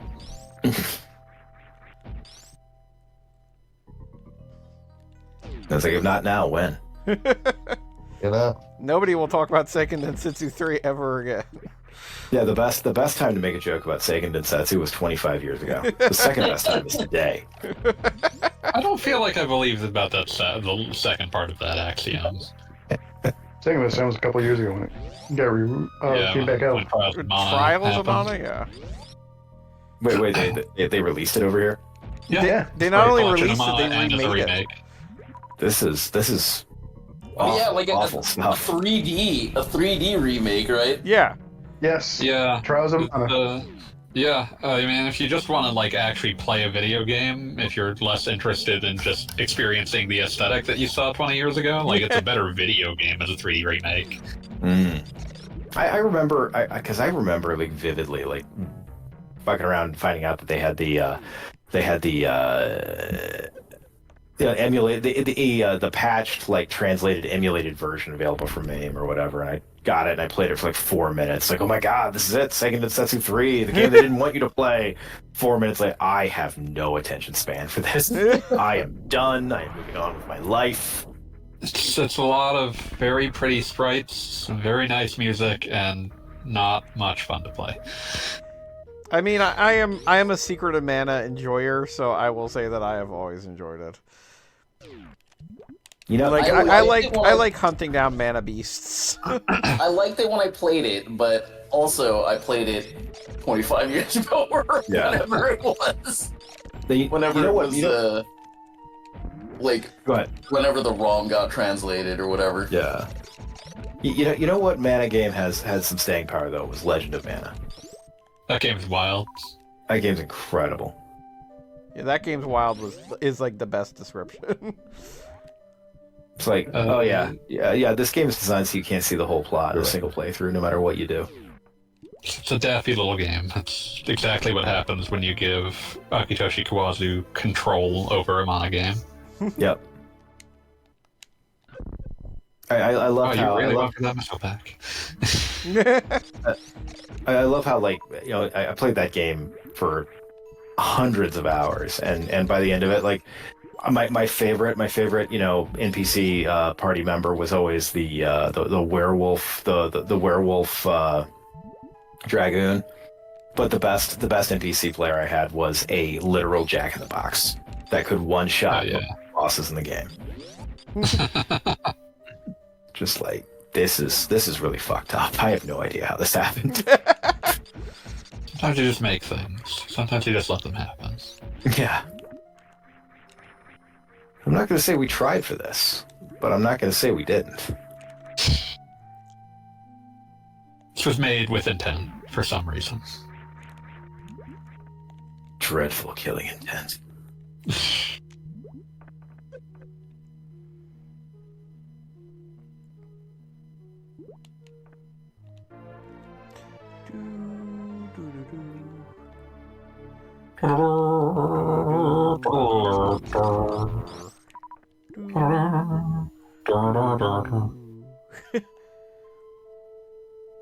I do have to say I enjoy this part of the game.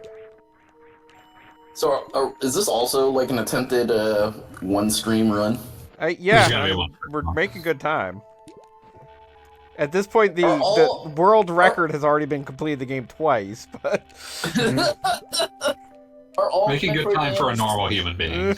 Yeah. Are all the Metroid games one streamable by normal human beings? I mean, they usually have like a 2 or 3 hour thing, but then the later ones do kind of get bigger, so I don't know. I would have difficulty doing, say, Dread in one stream. Yeah, Dread's not a one streamer. It's a modern game. It's also just really hard. Yeah, I do have to say, I would have beaten the time to beat in that game if I didn't literally take an hour and a half to fight the final boss. I enjoyed every second of it, but it's a really hard game. Yeah.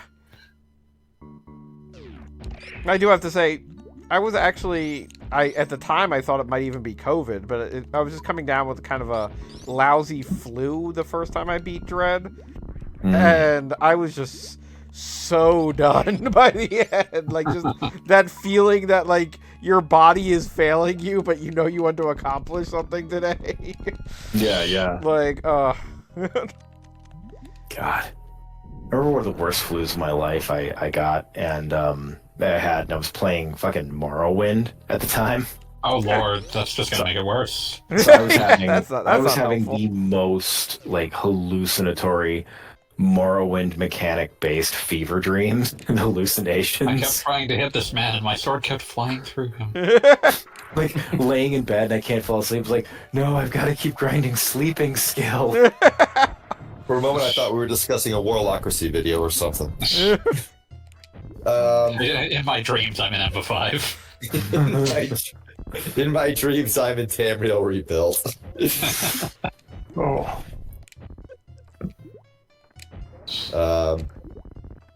So before Fanboy can derail us into talking about BoJack Horseman, I wanted to talk about Bomb Rush Cyberpunk.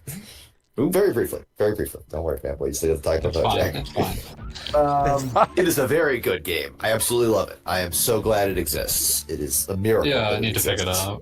Yeah, no, it's great. So, do I recommend it? Absolutely. But I have some thoughts. Namely, Point the first. it had a lot of plots, and I feel like, that's fine. That's not a problem. But, like, I would say it was weirdly serious for a game that is absolutely that's aspirations start and end with be Jet Set Radio, but in 2023. And like it is a weird plot. This is not really a spoiler since this is like literally the first 5 minutes of the game. It is quite frankly focused on, well, we cut your head off and then gave you a robot head, so you're a different guy now. Yo. That does tend to be how things work. There is in fact like an entire like society of they are just a accepted part of of culture in the game. The dudes who got decapitated and they put a robot on their body. It's not that dude anymore. It's the robot now. But how often do guys get with robot decapitated heads are in this not world? uncommon.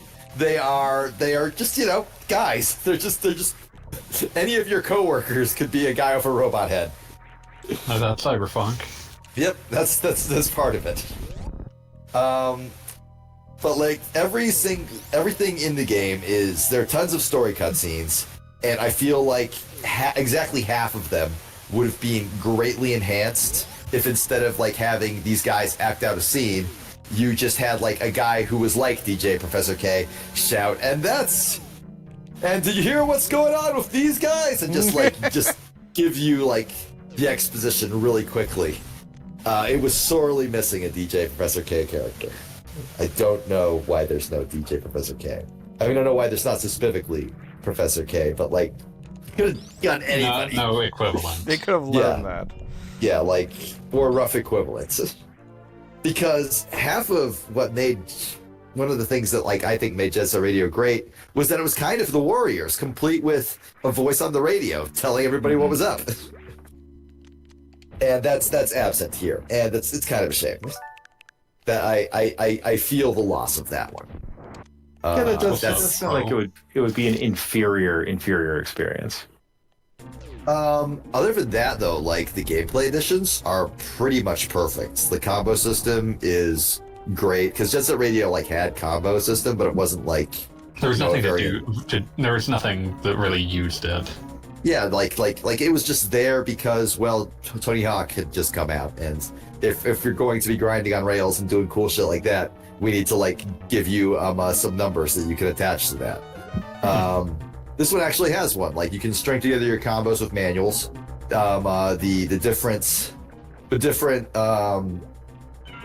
like vehicles you can use like have slightly different feels. So like skateboards, inline skates, and a BMX bike.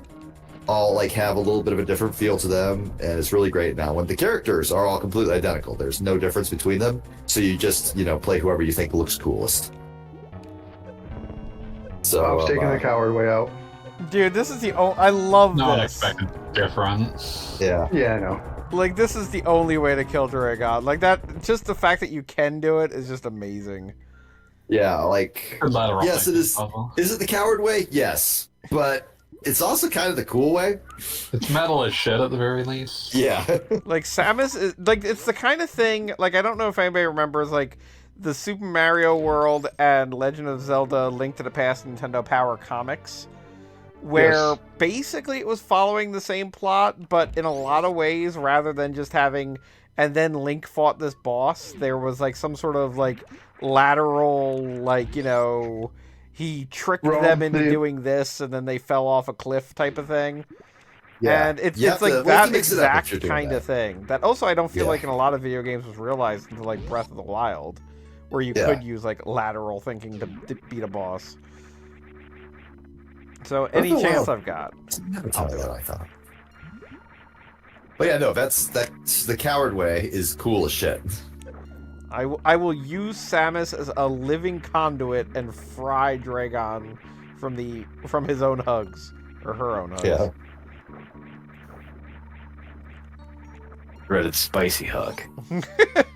The electric Spicy hug. Cool ranch hug.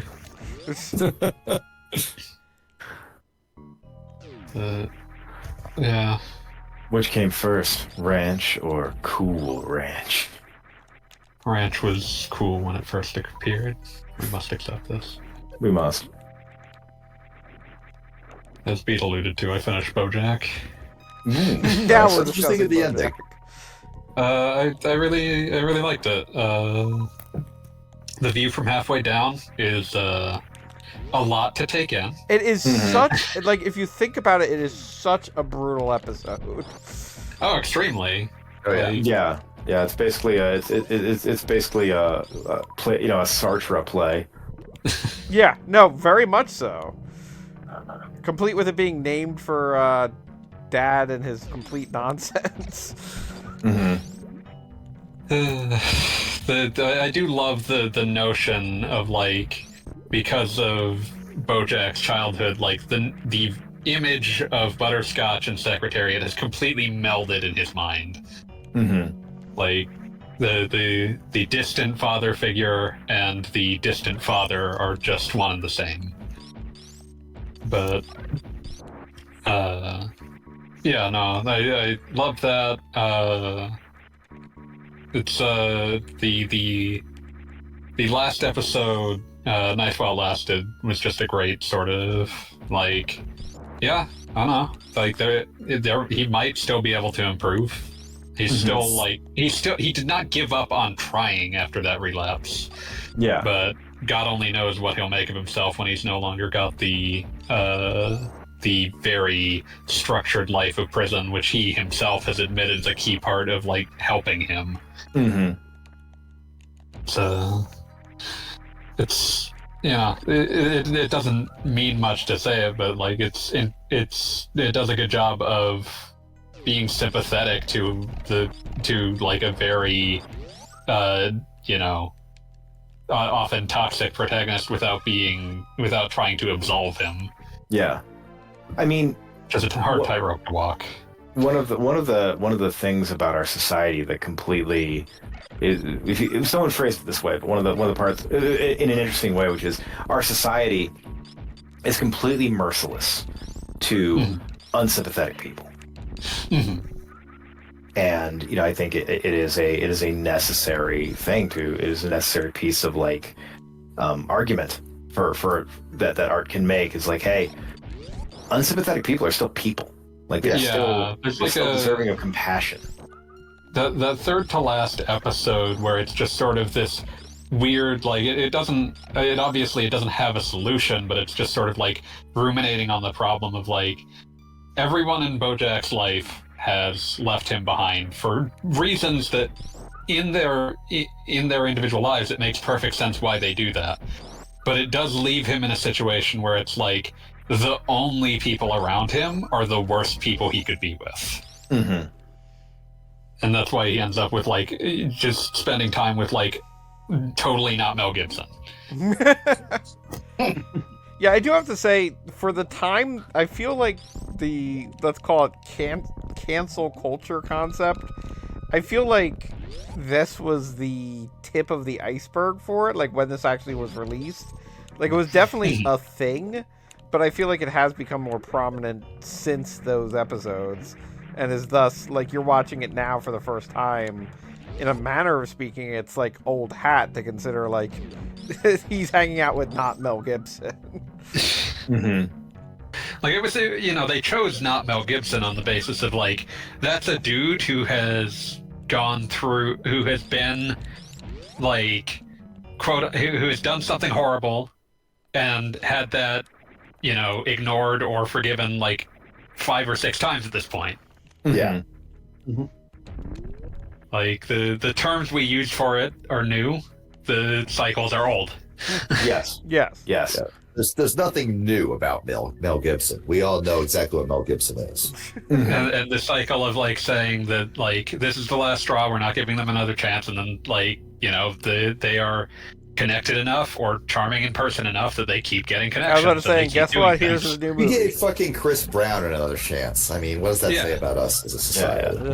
Yeah, it's just one of those things, and it does, of course, raise the reasonable point that, like, obviously no one should have to deal with these people if they don't want to, but also you leave them to their own devices and they end up just, like, wallowing with people that enable those horrible decisions. I mean, this suddenly you find yourself having to consider, like, the not just the moral implications of consumption, the moral implications of not consuming. Like, at some point you simply have to say, like, okay, my consuming or not consuming art by this person is so remote from their conditions or from whatever from whatever is driving this awful behavior. Yeah, I cannot meaningfully affect it one way or the other, even though on some remote level it is associated. In the end, admitting that the real question here is, will this make me a better or worse person for having done it? Mm-hmm. Like, and that is ultimately disconnected from from whatever moral journey that the person in question, the individual is on. Yeah, like Chris Brown, like. Yeah, I can do nothing that will affect Chris Brown in any way. No, you can't. But by convincing myself that there is no potentially moral element to thoughtlessly consuming his art is I think that runs the risk of making me a worse person. Yeah. Well, it's a matter of what you can excuse and, in a manner of speaking, be okay with. We all have our own lines in the sand. I've said, like, what's my favorite movie? Everybody knows this. It's The Good, Bad, and the Ugly. Mm-hmm. Do I think highly of Clint Eastwood as a person? No. Yeah, and I think the important thing here is not to like castigate oneself for enjoying art by someone who is, whatever you want to call it, problematic or morally suspect, but rather just to consider again. Yeah, it's like to maintain like an interrogative lens at all times. Yeah, it's like have in mind that this is not like in a vacuum. You do have to consider this. Like, for example, will I rewatch my favorite movie like on Netflix or whatever the fuck streaming service it's on now, because God only knows? Sure. Will I watch anything made by Roman Polanski ever? Probably not. No. Yeah. You've considered it. You set your line. That's like Steve Albini. Steve Albini has done some. I'll say this: like he has said and done some things that some people look at and they say, no, this is inexcusable. Like, I refuse to consume Steve Albini's art, and it's like, that's not a line it's not a line that I myself have set, but I can accept that other people would. It's an understandable line to set. Yeah, it's like I no longer listen to the Austrian Death Machine albums I bought as a younger man because Tim Lambesis tried to hire a undercover police officer to murder his wife. Mm-hmm. That's a very obvious line, but that's a line that, like, you know, I just line nevertheless. I just don't want to like have that in my brain. There's no way I can enjoy a funny parody song about Arnold Schwarzenegger when I know that the guy singing it did that. It removes any semblance of humor. Mm-hmm. Speaking of humor and it possibly being removed and artists and what have you, I live near Atlantic City, which is a big entertainment area. And I will say that they're currently advertising a Michael Jackson impersonation show on a billboard. Okay. And, like, they did the one thing that would make me absolutely never even consider going to the show. Apparently, kids get to come in free.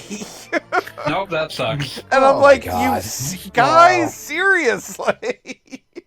It's like, it's that easy. There was Why one would you thing do that? I didn't want you to remind me of. I guess just to finish out some thoughts that I was having, I appreciate the way that we get that sort of like epilogue that sort of shows that like characters within the show are not at odds, but they're all handling differently. Like, how much of a relationship do I still want to have with this guy? Mm-hmm. And all of them sort of have their time to sort of make it clear what that is. So like Todd, yeah, he'll probably at least occasionally check in on BoJack. It's not going. They'll never be as close as they were in seasons 1 and 2, but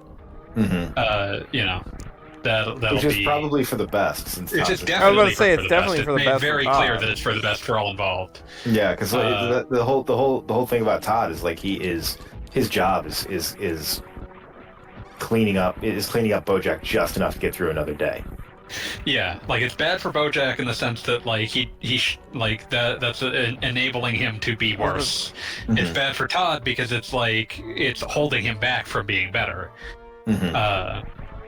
But you look at or you have like Princess Carolyn, who will probably have like an arm's length professional relationship with him, and then you have like Diane, who makes it pretty clear she's never going to see him again. Yeah. And there's an interesting sort of rumination on that, like that shows up repeatedly in Diane's relationships with everyone still in LA in those last few episodes, where it's sort of like, yeah, like these relationships are over, and I value that they happened, and I wouldn't be the person that I was if I hadn't had them. But it's one of those situations where it's like, the relationship is over because it needs to be. And I was going to say, like, Diane particularly, I feel like her relationship with the LA side is like, basically she went to high school there. Like, these are all people that she went through something with.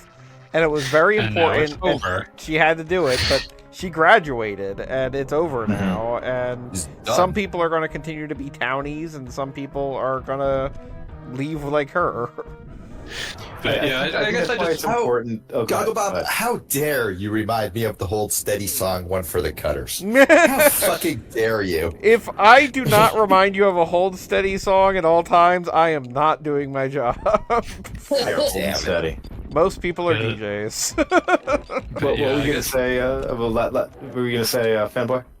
Oh, it was just that like it was just one of those. That last conversation is quite interesting, just as like one of those like you even if a lot of the relationship or experience is regrets, you just sort of you value that, like, well, you wouldn't be who you are without it, but at the same time it definitely needs to be over. Yeah. I'm not asking for any of this to come back. This is why I think it's like symbolically important that that Diane like gets fat. Yeah. Because like the one thing you cannot be in LA or in Hollywood is fat. Hollywood.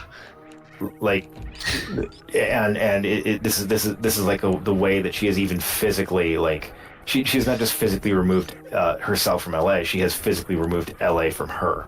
Mm-hmm. Well, and even beyond that, it makes her also, like, you can look at her, she is different. Like, in a manner of speaking... You cannot confuse her for, like, Diana season one Diane. Mm-hmm. And similarly, Princess Caroline, she's Princess Caroline. She's always going to be that. She had herself mostly figured out. That was always the thing. It's just she was also enabling BoJack. Yeah. Yes. Another. I think it is. One of the great things about how they portray those relationships is that the codependents or the enablers in the addict's life, like, they get something out of doing that. And absolutely. That is something that, like, a lot of those feelings are things that are unhealthy for them that they live for. Mm-hmm. Yeah, and I think the BoJack Horseman is itself, like, I don't think it's a nihilistic work, but it is definitely a pessimistic work. It's at best somber, especially by the end there.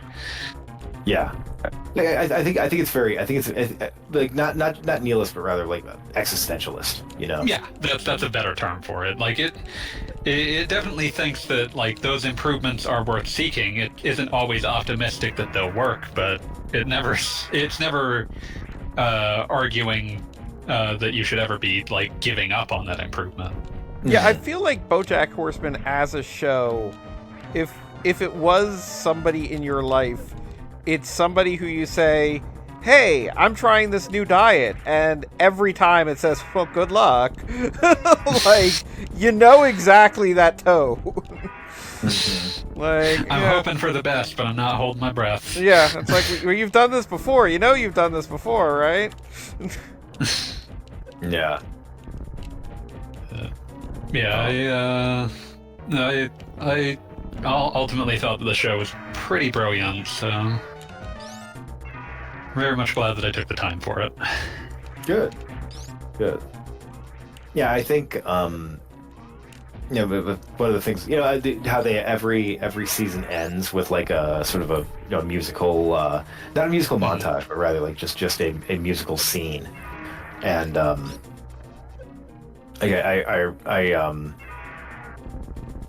never quite sure which one's my favorite. I think the most understated one is definitely season 1 with Tegan and Sarah physical, or closer. I mean, because it's such it is one of those. In the moment, it's like, it's so out of place, but then it's like, oh wait, yeah, this is about a guy who cannot connect to people. Mm-hmm. I do think that Mr. Blue was a fair number to end out on, though. It communicates the kind of, like, somber finality that was going on with it. Mm-hmm. I'm so sorry. Bless you. And Stars, when they did Nina Simone Stars, when he's not sure if he's trying to kill himself or not. Mm-hmm. God, everything, like, I really like how once they did get more budget, like, they'll do those, because, like, the show is done in, like, that very rigged style, and they get better at doing it, but there's only so much you can do with that kind of rigged animation style. But they use the extra budget for, like, weird experimental animation shit. Mm-hmm. Like the episode Good Damage, where it's Diane trying to force herself to write something, and she's just completely unhappy with the thing she's actually able to write because it doesn't feel meaningful. Mm-hmm. And, like, the constant sort of, like, weird sketchbook animation that's happening is she's, like, trying to marshal her thoughts to force herself to write the more meaningful thing that she thinks she has to write. Like, that's a really great bit. Or just the water / darkness that slowly permeates through the view from halfway down really stuck with me as well. Yeah, if memory serves, they do some.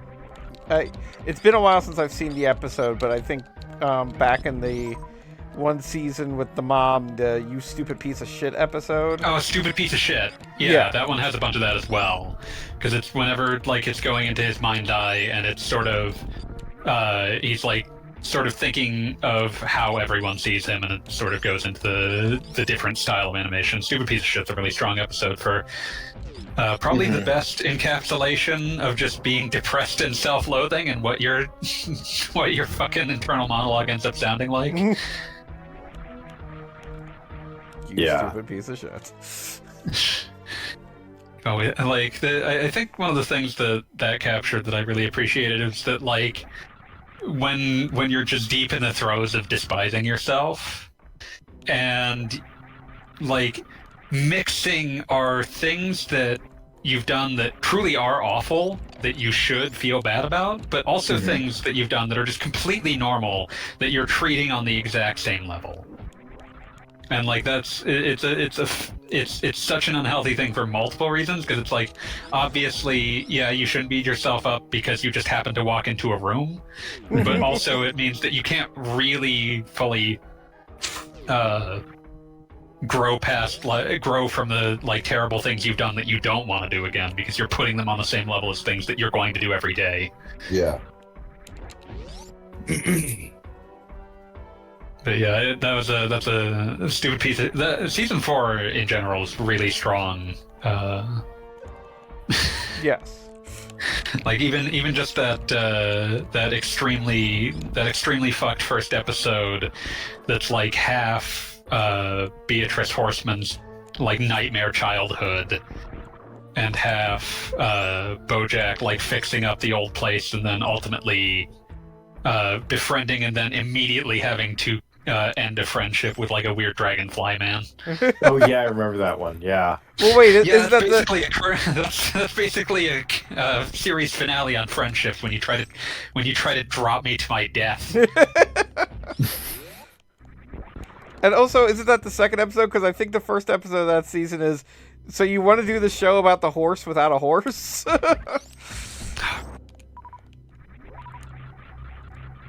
Wait, which one is that? Which season is that? It's definitely the start of one of the seasons. Is it the 4th season or the 5th season? The 4th season is the one where he's just disappeared for like an entire fucking year. Yeah. And like the first episode, he's getting letters from Diane, who's sort of slowly like explaining to the audience what's been going on in the intervening year while he's just disappeared into the old Sugarman place. Mm-hmm. Fuck, what was season 5's intro? Because now I'm thinking about that. Because that's right before Filbert gets started. Yeah, because that's when he's agreed to film Filbert. Yeah, and then season 5 opens with him filming Filbert. Yeah.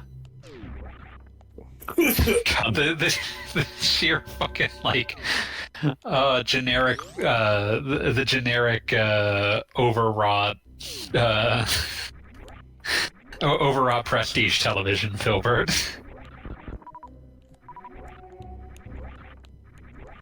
Yeah, I love the thing I love about season 3, with the Nina Simone stars sequence, is that it ends and he's watching these wild horses run. Yeah. And then if you go back to the first episode, he's having a conversation, I think, a hotel room or something like that, and it has a painting. This room has a painting of wild horses running that's almost identical to him watching the actual wild horses at the end, kind of showing that saying very subtly, like, no, this is not a moment of revelation. Like, he is not learning from this experience. He is locked in an eternal loop of this, like, locked in imitation of media in some sense. Yeah, exactly. He's locked in imitation of media.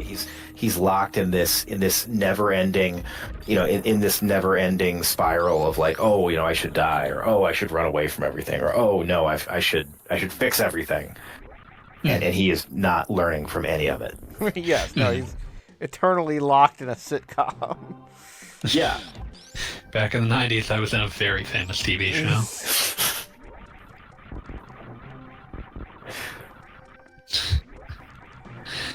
Yeah, after a while, you just I remember sometime like midway through season 2, like that actually no, it was season 1. Like it was the episode where his old co-star dies, the child actress dies. Oh, that's season 3. Is it? I thought she died in the first season. If you're thinking of Sarah Lynn, then No, that's season 3. There's That's one season before 3? Sarah Okay. Lynn. Because No, it was definitely Sarah Lynn. It was Sarah Lynn who dies. Like yeah, because that's like a about- really pivotal bit. well, no, It but really is. isn't there a funeral for a character from the show before Sarah Lynn? There is a funeral for Herb Kazaz. Herb who was Kazaz. Producer. Gotcha. Okay, because I remember And the that's- episode where they're season talking 2. about who's the next funeral going to be, and they all look at BoJack. That would have been the logical thing. That would have been the better thing. Okay, yeah, you're right. It is season 3. God, that is the bleakest ending. Were you Wait, always It's British? so Yeah. goddamn dark. Like that, and like one of those situations that like I love how that comes back, and there's a bunch of things that like it gets associated with, and like the audience it gut punches the audience because it gut punches the audience with something that the format had not really lied to you about, but left you to not realize, like the sheer amount of culpability he has there. Yeah. Yeah, because But also- he is the one who gets her to go on a bender. Like He's the one who convinces gets. her. Yeah, and that was always known, but we weren't privy to the information that when he realized she was unresponsive after their heroin bender, that he waited 17 minutes to call the police to make it seem like he hadn't been with her. Oh, jeez, I Yes. forgot that. Or I didn't And know I forgot that too. That's not revealed. Yeah, that's not until- revealed until later. Until Xerox of a Xerox in season 6. Oh, no, I did not see that. I did not see that one. So that's Yeah. wild. That is bleak. Yeah, it's super dark. It's not like it's interesting that they like you spend like they have that one like because everything else they bring it up and it's like okay that bit's actually bad. That bit the people who've dug up this information don't actually have the context for what was actually happening, and then it hits you with like. Well, we don't have the context for everything that happened. We didn't see everything that happened. There are terrible things he's done that we're not fully privy to. Mm-hmm. Yeah, like, that's a really good point. Yeah, like Xerox of a Xerox is a hard episode. God.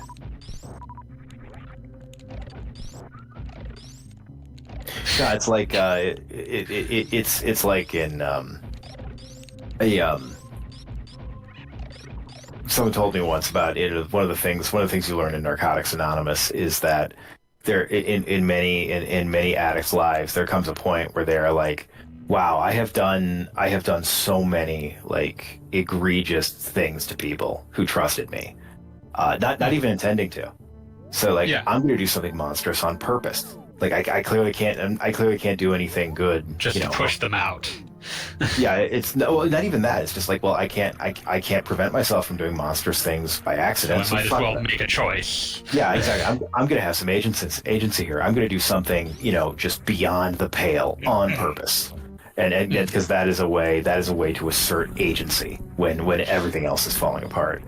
Yeah. And again, that is not a part of the story that usually gets depicted, because when you're dealing with someone who has an uncontrollable addiction to hard narcotics, you're talking about some really just horrifying stuff. Dark shit.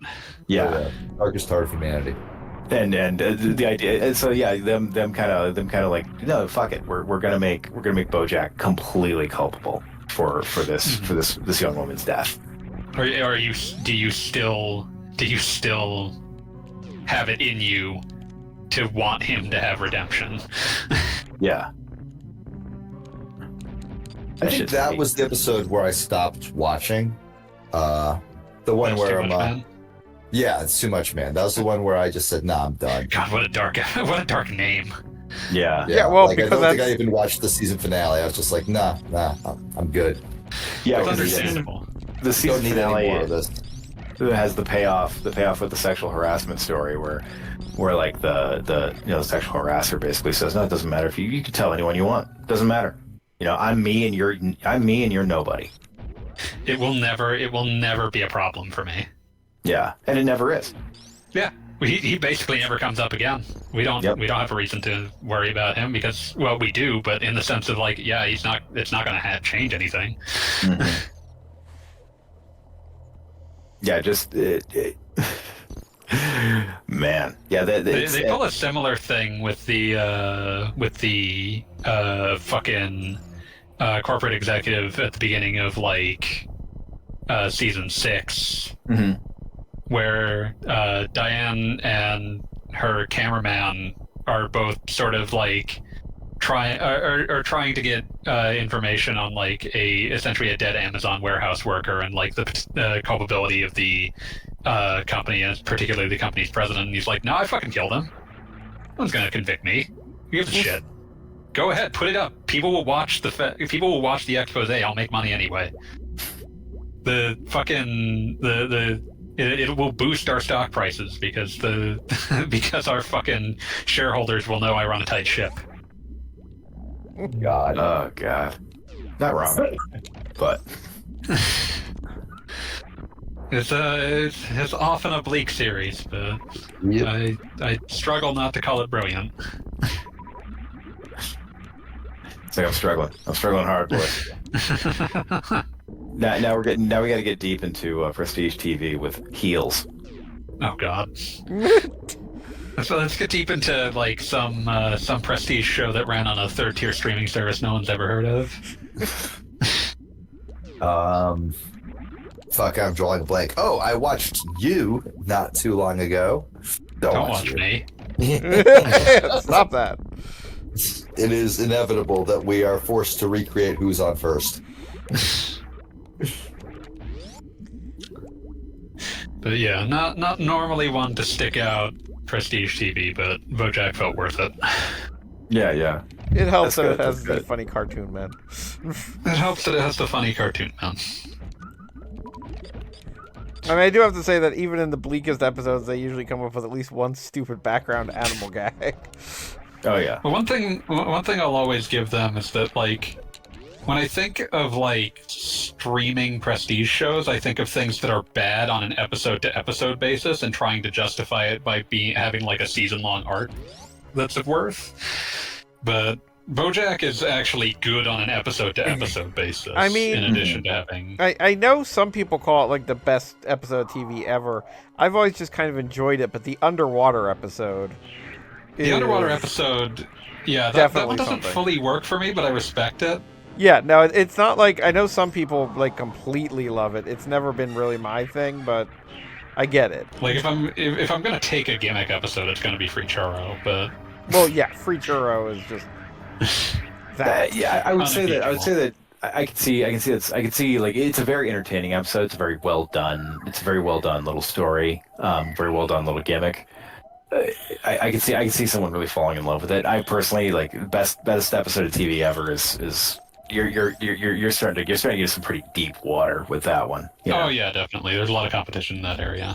Yeah, and I, at least for me, it's like it's not even in the conversation. But again, I can see why someone who's watching BoJack and just not expecting a little piece of a little piece of like early 20th century style experimental filmmaking would be like, yeah, that sounds about right. This.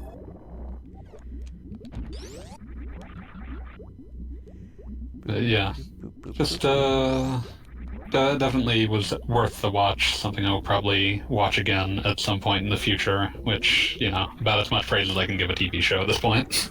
Nice. Also, eternally amused that they decided to finally, in season 6, explain why Todd Chavez does not look Hispanic of any sort. Well, why is that? It's that like Chavez is his stepdad's last name. Like Chavez, like his stepdad becomes like a recurring character in that last season. Oh, okay. See, I thought they were going to go with. I thought there are a lot of ways they can go, but I mean, the white Latin thing is very well known. Yeah, and that's why it's like not something that they per se had to address. It's just something that they sort of brought up when they decided to like introduce his stepfather, and like they do a lot with him in that last season, where he's like still the whimsical man, but like he's given a lot more chance to have like depth outside that, which was interesting. That's cool.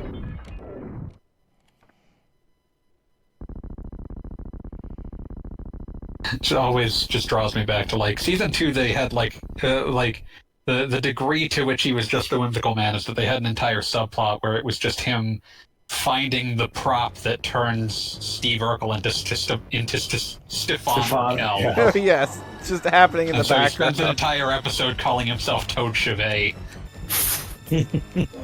That's good. That's a good shit. Hey, it's the mother's brain. It's like when it's like when Nike pitched Steph Curry on getting a endorsement deal with them. They spent the entire pitch pronouncing his name Stefan. I'm sure that meeting went that's a great meeting going on. Like, we fucked up your name literally every time. Every time we mention it, and apparently, like one of the first slides in the pitch had a different basketball player's name in it. Like, Oh, awesome! Oh wow! Who did we reconstitute this pitch from our last pitch? God. Oh man! So I really hope it was like some anonymous Eastern European guy too, like Mirkonovic. Yes. He's just gotten in from the NBA's Europe expansion league. So yeah, that's why Steph Curry went with Under Armour. Gee, I wonder. I can't imagine why. He was just like, I am not at all entertained by this. I am not amused. Furthermore, I do not like it.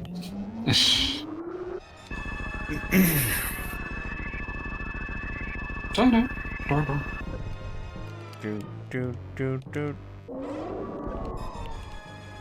Must have at least 300 energy to survive the mother brain. I love that mother brain very distinctly knows how much energy you have and takes you down to less than 100. She really wants to savor the moment. Mm-hmm. Wouldn't you then? Mother brain's been waiting. I mean, Yeah. like I feel This is like the I don't think projects we've for her. ever gotten a full explanation on this, but I feel like she built this entire T-Rex body entirely to fight Samus. Like there was Yes, no that- other. She was perfectly content being a brain in a jar, and was like, nope, I'm gonna have to kill this woman. So I want to Yep. be a T-Rex. And it's going to be Sit there. exciting when it happens. It's like, hi, my name is Mother Brain. What do you think here? Like, what's the deal?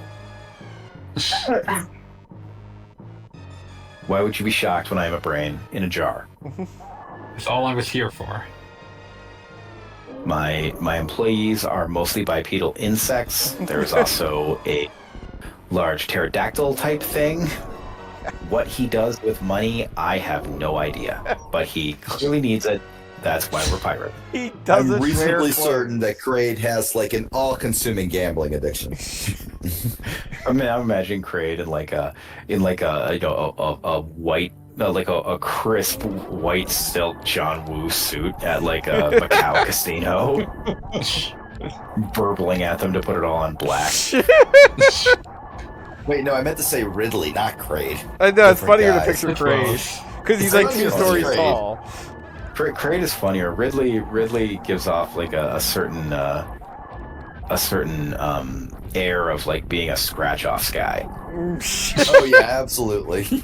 And I very much dislike if you ever played the Metroid 2 remake where Ridley reappears, that he's technically in like partial meta Ridley gear, and it kind of looks like he's wearing clothes, and I find that off-putting. Like he's kind of got mechanical shorts on, and I'm not okay with that.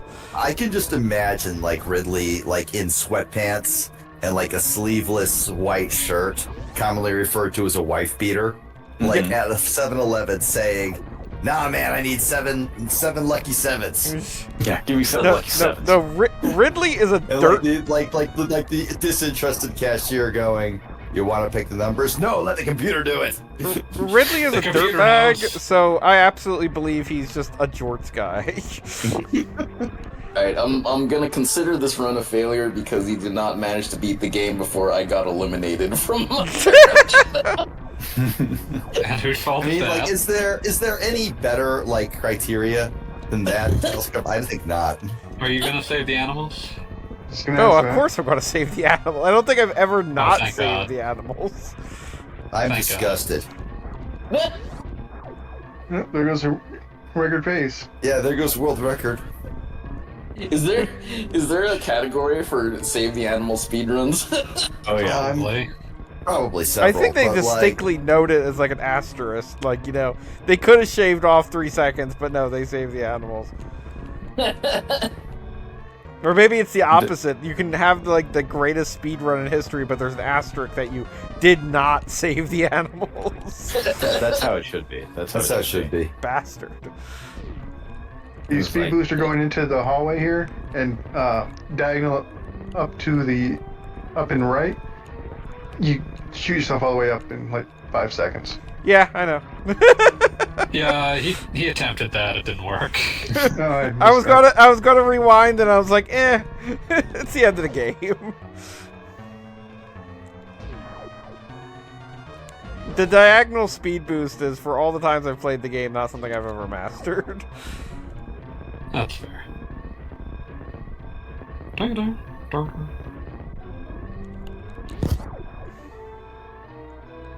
Boom, boom, boom, boom. Good work. Gotta wait till everybody's out of the room. This is canonical to Metroid 4. It very much is. And they repay the favor. Warning, this game is canon. ZSNES is banned as an emulator in Not surprising. It's pretty Super Metroid speedrun. It's pretty janked. Is it? Like, what's... It's just generally an inaccurate emulator. I couldn't tell you what specifically was wrong with Super Metroid, but I'm sure plenty of things that affect timing. Mm-hmm. Yeah, I know Reasonably it was like... certain that like the load times were all off, and in addition to that, sometimes it would just drop frames entirely. I mean, that's true of a lot of emulators. But, okay. Yeah. What is it? Yeah, ZSNES was considered state-of-the-art, like, 25 years ago. A quarter of a century ago, and this was huge. That's a while. But ZSNES was always like the emulation was pretty like not super accurate, and then they would do a bunch of like speed hacks to make the like popular games feel a little better. And that was kind of just how. So like Super Metroid, Super Mario World, Link to the Past, those games would have like a lot of very specific and custom speed hacks to make them feel better, but they weren't. It wasn't because they were running properly. It was that they had just had a lot of bespoke tweaks made to the emulator to make them work. I knew that Hygon or whatever was. Yeah, Hygon is the high accuracy one. Yeah, but I did not realize SNES 9X also surpassed it in accuracy. Oh, long since, yeah. Like I said, like my I last had my finger on the pulse as of like 2 decades ago. I mean, that was last time I thought about like emulation. I have to keep track of this because people sometimes ask me how to do this, and it's like, well, the easy one that isn't like theoretically a potential virus vector would be SNES 9X. Is it a potential virus factory? If you had the gumption to fuck up a ROM in a specific way, you could access. You could do terrible things to someone's computer by having them open a ROM in ZSNES. Oh shit! What's the one that's like ridiculously close, like actually accurate? Hygon is the cycle accurate one. Yeah, I thought it was It used to be BSNES. Oh, BSNES, that's the one I was thinking of, yeah. It had like 5 names. Okay, yeah, BSNES. Yeah, and that one's cycle accurate. For the Genesis, like, the most accurate one that isn't a huge pain in the ass to use is Blastome. How accurate is RetroArch? RetroArch uses, like, different things as cores, so you can have RetroArch use SNES 9X, or you can have it use Hegan. It's just it's basically like a front end, kind of, or... Yeah, to some extent. There are some cores that are very specifically built for RetroArch, or for some of the other front ends like Mednafen.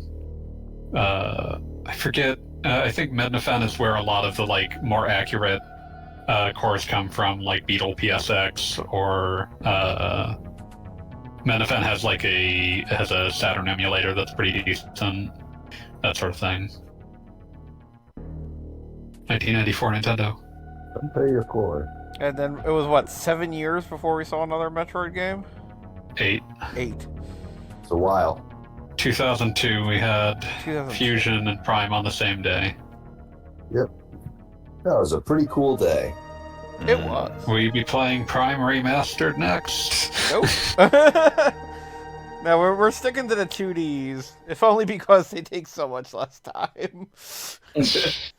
Well, you say that now, but I have thrown my hat into the ring for Zero Mission, and I have not played that since it was on an actual Game Boy. That's gonna take 3 streams. Yeah. I'm gonna practice up a little bit. Like my Hell Week ended today, technically. Well, not entirely, but close enough. There might be an entire stream that's just the stealth section. Wait, yeah, really? Well, you chose it's not an authentic right? me playing a Metroid game stream unless you guys are screaming at me, go left here, and I go right. I'm going to get Smiler on for all time's sake. Perfection. Smiler growing progressively more infuriated. What's this? Okay, so the first game I ever streamed to completion was Super Metroid. And Smile, I had never played it before in my life. I didn't own a Super Nintendo as a kid. And so Smiler was on trying to guide me through the game so that like it wouldn't take me forever. Thing is, though, I have severe left-right confusion. I always have to like look at the backs of my hands to know which one is which. Yeah. And we had like, this was in 2012, so like 10 seconds of stream delay was not that bad. Probably we were getting closer to 30. So like, he would be yelling at me, no, go left here, you asshole. And I would go right there. Like 3 screens later. And he would just be so upset. It was beautiful. It's a thing of perfect fucking beauty. All right, well, we've officially beaten Super Metroid. Yay, go us. All right, as you probably are aware, I'm going to be killed by a hurricane tomorrow, so please don't die me. Just keep that in mind. People die if they're Please killed. put that on your list. Don't mess around with that. No two ways about it. Well, everybody have a good night. All right, have a good night, all. You know. Peace.